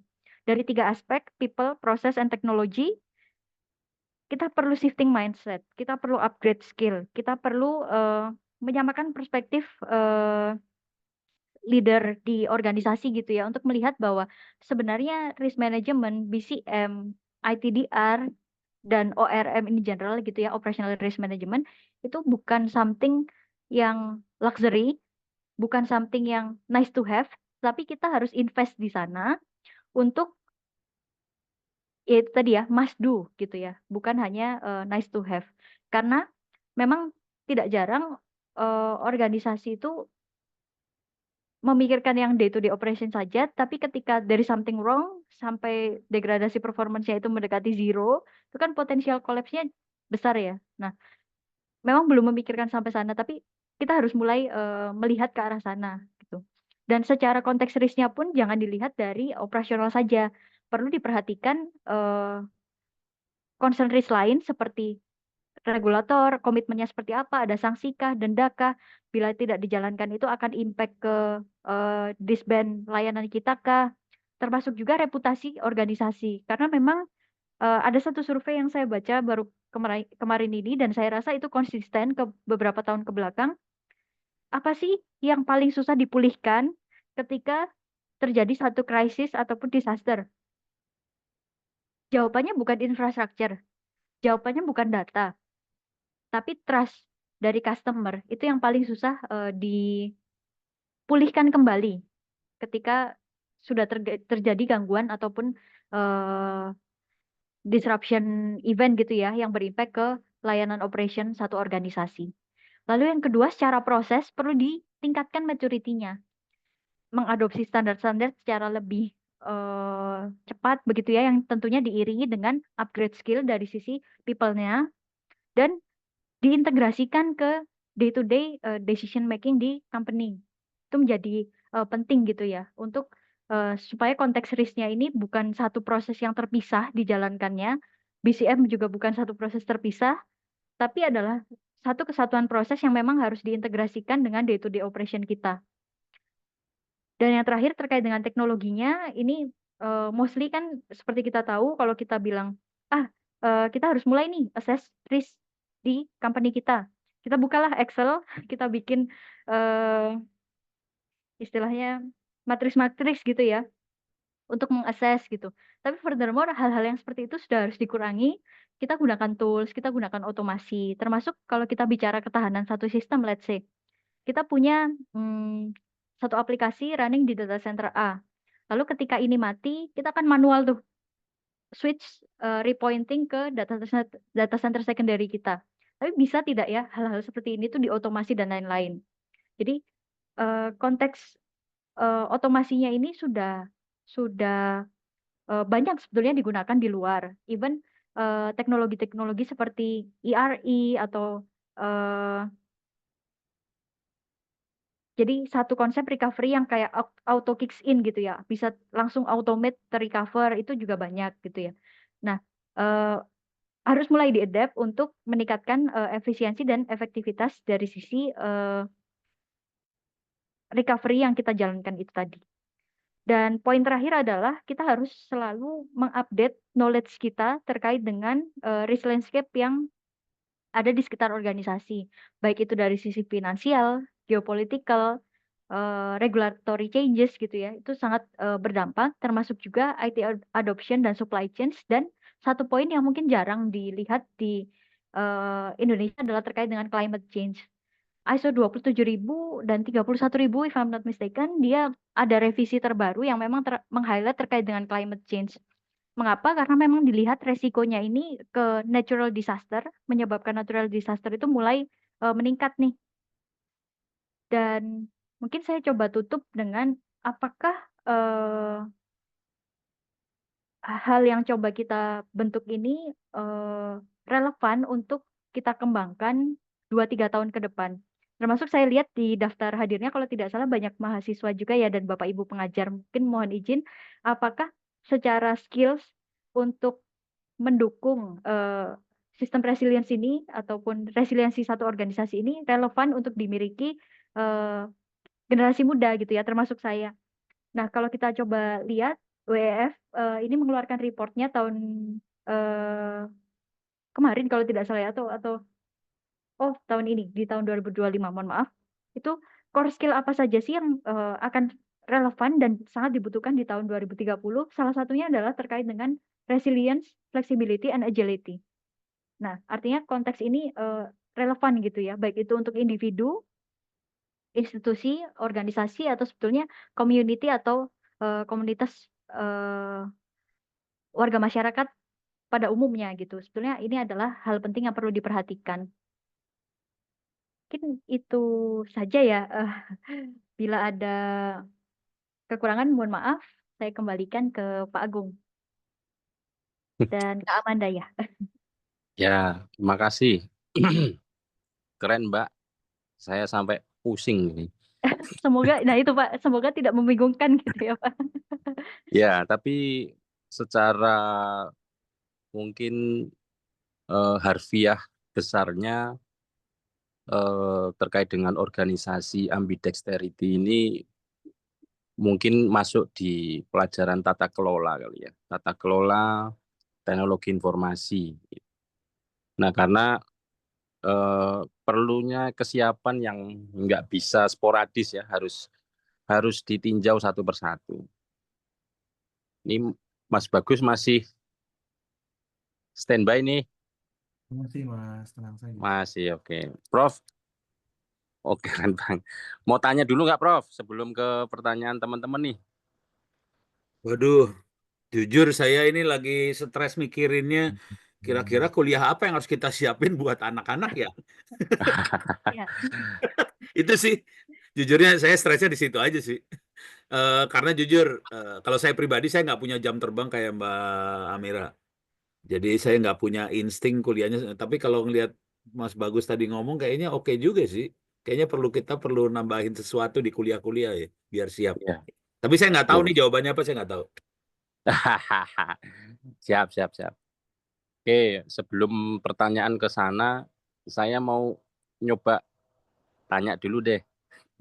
Ini kan organisasi ambidexterity ya. Mungkin boleh dijawab deh sama Mbak Amira atau Mas Bagus. Kira-kira nih eh, perlu pokja nggak ya? Kelompok kerja nggak ya?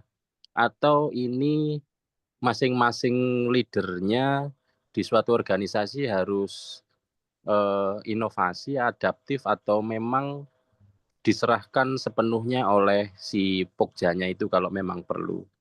Monggo.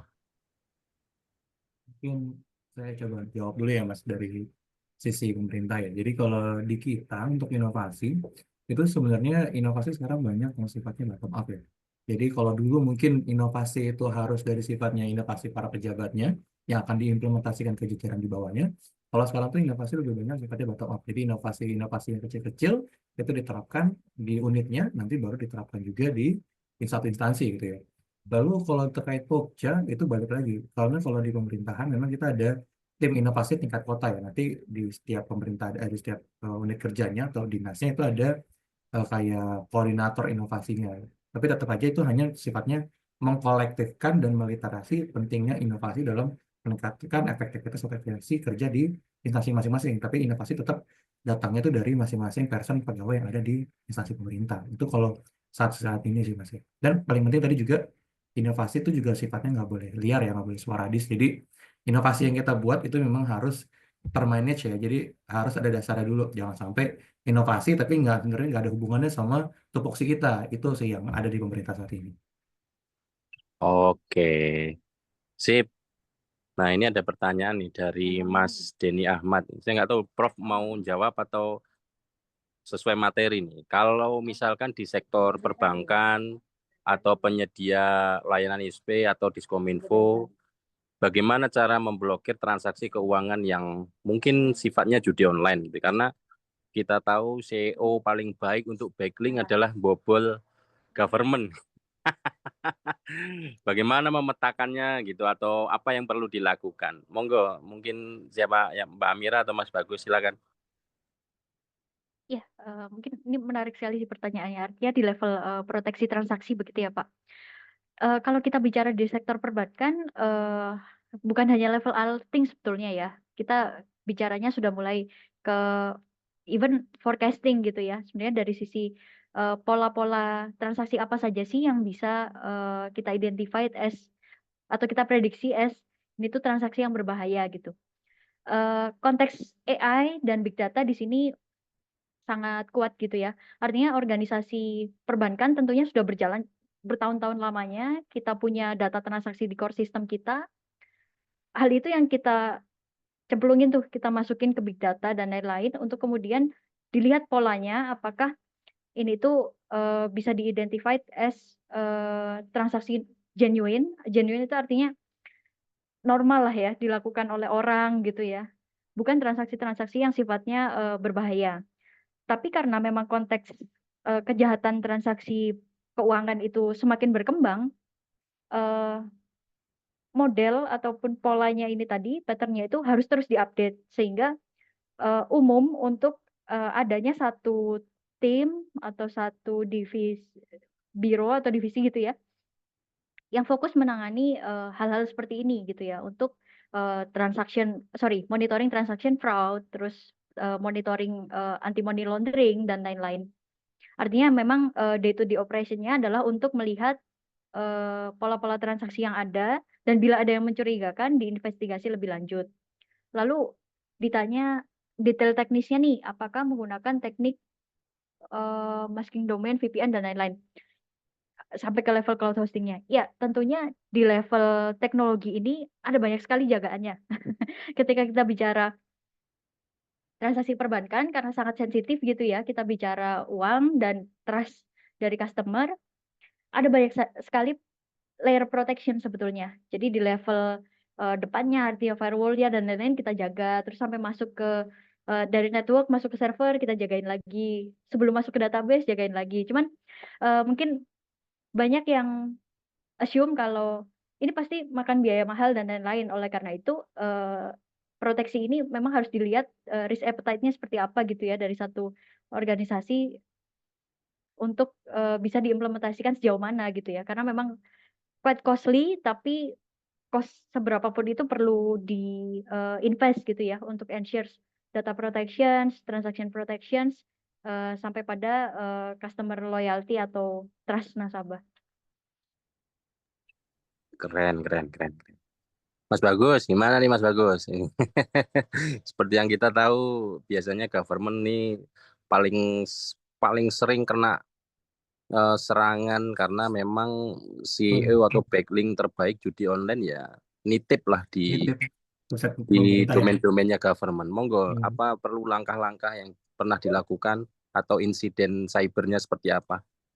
Ya insiden cyber terkait judi online banyak banget ya gitu kan, karena emang tadi banyak teknik pengelabuan lah ya, dari web investment, terus mereka juga masang backdoor juga, dari sisi front end mereka mungkin masukin mereka SEO buat tampilan judi online. Di sisi layer mesinnya juga mereka mungkin Agung juga pernah tahu ada insiden mereka habis masang backdoor masuk, dia masang SMRIC di dalam server kita, jadi resource itu juga bakal terkuras ya secara mesin ya. Nah, ini juga yang sering banget terjadi. Masalahnya di Diskominfo itu kan tidak dalam apa ya namanya sisi untuk bisa memproteksi terkait transaksi keuangan ya. Itu mungkin ada di layernya tadi BI, OJK dan para perbankan. Mungkin dari sisi Diskominfo hanya bisa memproteksi dari sisi layer teknologi kita, server kita, aplikasi kita. Makanya kita tadi juga mulai sering bermigrasi ya arsitektur kita yang sifatnya tadinya masih mungkin standalone VM, sekarang udah mulai coba pakai Docker, yang gimana caranya kita ketika ada insiden gitu kan, kita untuk migrasi dari satu VM ke VM lain juga lebih cepat. Tadi mungkin sudah disinggung oleh Mbak Mira, mungkin kalau di swasta ya ketika ada trust yang turun, itu akan sangat sulit untuk pulih ya. Cuma kalau di pemerintah tuh layanannya cuma dari pemerintah aja ya, nggak ada substitusinya. Kalau di perbankan ketika salah satu trust satu layanannya hilang, mungkin bisa ganti ke perbankan yang lain. Nah ini mungkin masih belum jadi awareness nih dari sisi pemerintah untuk penerapan manajemen risiko atau DCP yang baik di pemerintah. Yang mungkin yang saat ini sudah kita terapin ya hanya berkoordinasi ke tingkat kepolisian, ke apa namanya ke BSSN, kadang-kadang juga tergabung ke tim CISAP di tingkat nasional. Itu sih Pak Agung palingan yang dilakukan di Diskominfo. Sambil mungkin kita juga melakukan literasi digital terkait bahaya dan dampak dari judi online tentunya. Oke, Mas Bagus. Thank you. Cuma mungkin saya nambahi kalau yang paling lama justru mungkin bilateralnya ya. Misalnya antar bank gitu. Kalau satu bank sih mungkin bisa cepat ya identifikasinya. Cuma kadang-kadang eh, misalnya dari kita punya rekening BCA kemudian ditransfer ke Mandiri begitu. Sama si pelakunya misalnya. Mungkin kalau itu sudah berbeda bank, yang paling sulit adalah bilateralnya itu cukup lama gitu. Apalagi kalau sudah kena Trojan ya, wah semuanya udah kacau itu. Mungkin Prof. Ono mau nambahi Prof, perspektif cybernya. Enggak ya, Ono lagi belajar hari ini tuh. Untuk penanggulangan ini platform judi online. Bisa dibaca di buku pegangan penanganan insiden cyber. Biasanya dari Yang Tangsel ya nulis Prof. juga Bagus dan teman-teman ini curang ini. Dia aja Biasanya dari kagak Tangsel ya. ngomong. Iya, ya. Jadi kasusnya dari tempat sendiri. Ya, aku belajar. Ya, siap-siap. Ini dari Mas Indradi nih. Kayaknya kenal ini. Ini muridnya Prof ini kalau nggak salah ini. Mau tanya dong kalau uji BCP itu pada data center atau vendor ya, data center ya, atau apapun lah konteksnya. Anggaplah kalau kita bicara patroli lah ya, mungkin ya, patroli cyber gitu. Berapa kali sih idealnya gitu? Ada nggak apa namanya standarnya gitu? Atau ya kalau di kampus ada, mungkin beberapa juga ada ya. Saya yakin juga di institusi juga ada. Kayaknya satuan penjamin mutu lah kalau di kampus begitu. Kalau di perbankan saya nggak tahu. Kalau di apa namanya government mungkin ada timnya sendiri atau inspektorat ya. Saya nggak tahu. Monggo dijawab berapa kali. Silakan. Dari saya dulu kayaknya. Kalau dari sisi pemerintah sih minimal itu 1 kali ya. Kalau audit internal bisa kita untuk menguji terkait BCP data center itu dari inspektorat itu dari Pak Agung itu melakukan audit SPBE ya. Audit SPBE terhadap aplikasi, infrastruktur dan penerapan manajemen keamanan informasi yang ada di pemerintah Kota Tangerang Selatan. Karena kan BCP itu salah satu apa namanya aneks dari penerapan manajemen keamanan informasi. Lalu itu dari sisi audit internal, mungkin tambahan lagi 1 tahun sekali juga bisa tambah lagi dari audit eksternal gitu ya. Karena kan kalau audit internal mungkin sifatnya mungkin siapa tahu belum objektif ya, cuma sebagai compliance dokumen administrasi aja. Nah kalau untuk menjaga SLA atau kepatuhannya mungkin perlu 1 kali lagi juga dari audit eksternal, bisa jadi sertifikasi ISO atau juga kita kerjasama dengan BSSN untuk menguji penerapan BCP di instansi kita sih. Gitu. Oke. Kalau dari Mbak Amira mungkin dari sisi perbankan Kalau bakal lebih banyak nih. BSSN karena KL-nya kita banyak jadi antri ya. Betul. 3 lokus biasanya dia maunya. 3 objek lah, 3 objek audit. 1 instansi. Iya. Dibatasi. Makanya antrinya lama ya. Betul. Monggo Mbak Amira, kalau di sisi industri mungkin perbankan ada insight lain nggak? Ya, kalau dari perbankan konteksnya di sini agak lebih general begitu ya Pak Agung ya.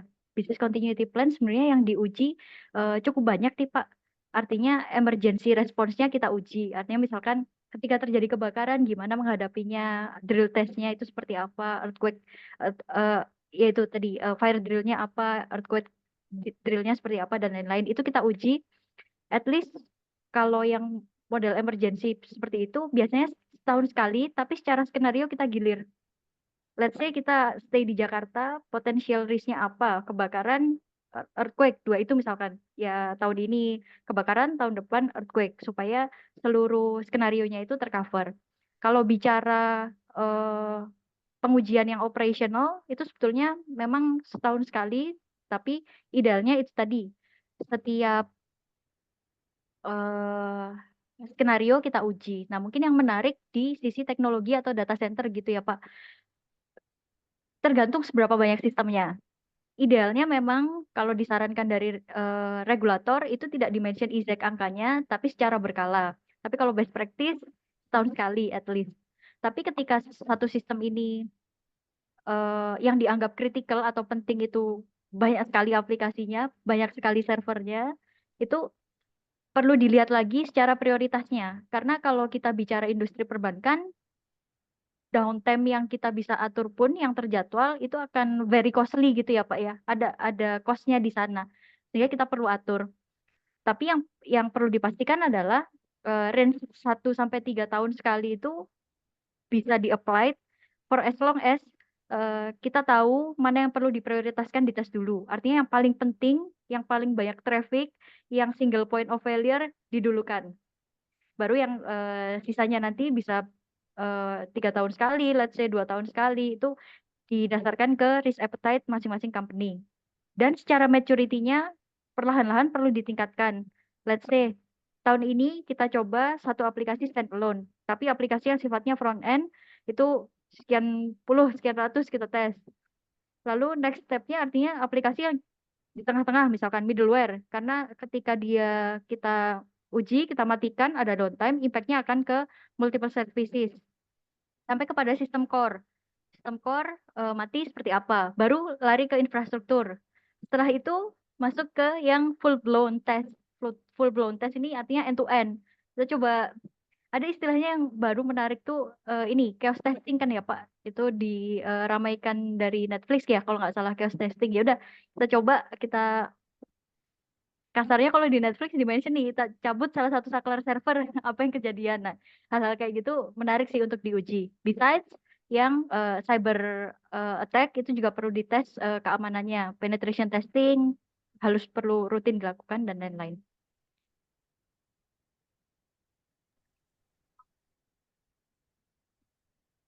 Nah, ini ada lagi. Tapi eh ya saya ini dulu menyampaikan nih dari Mas Alex, Mas Robi. Permisi Pak tanya.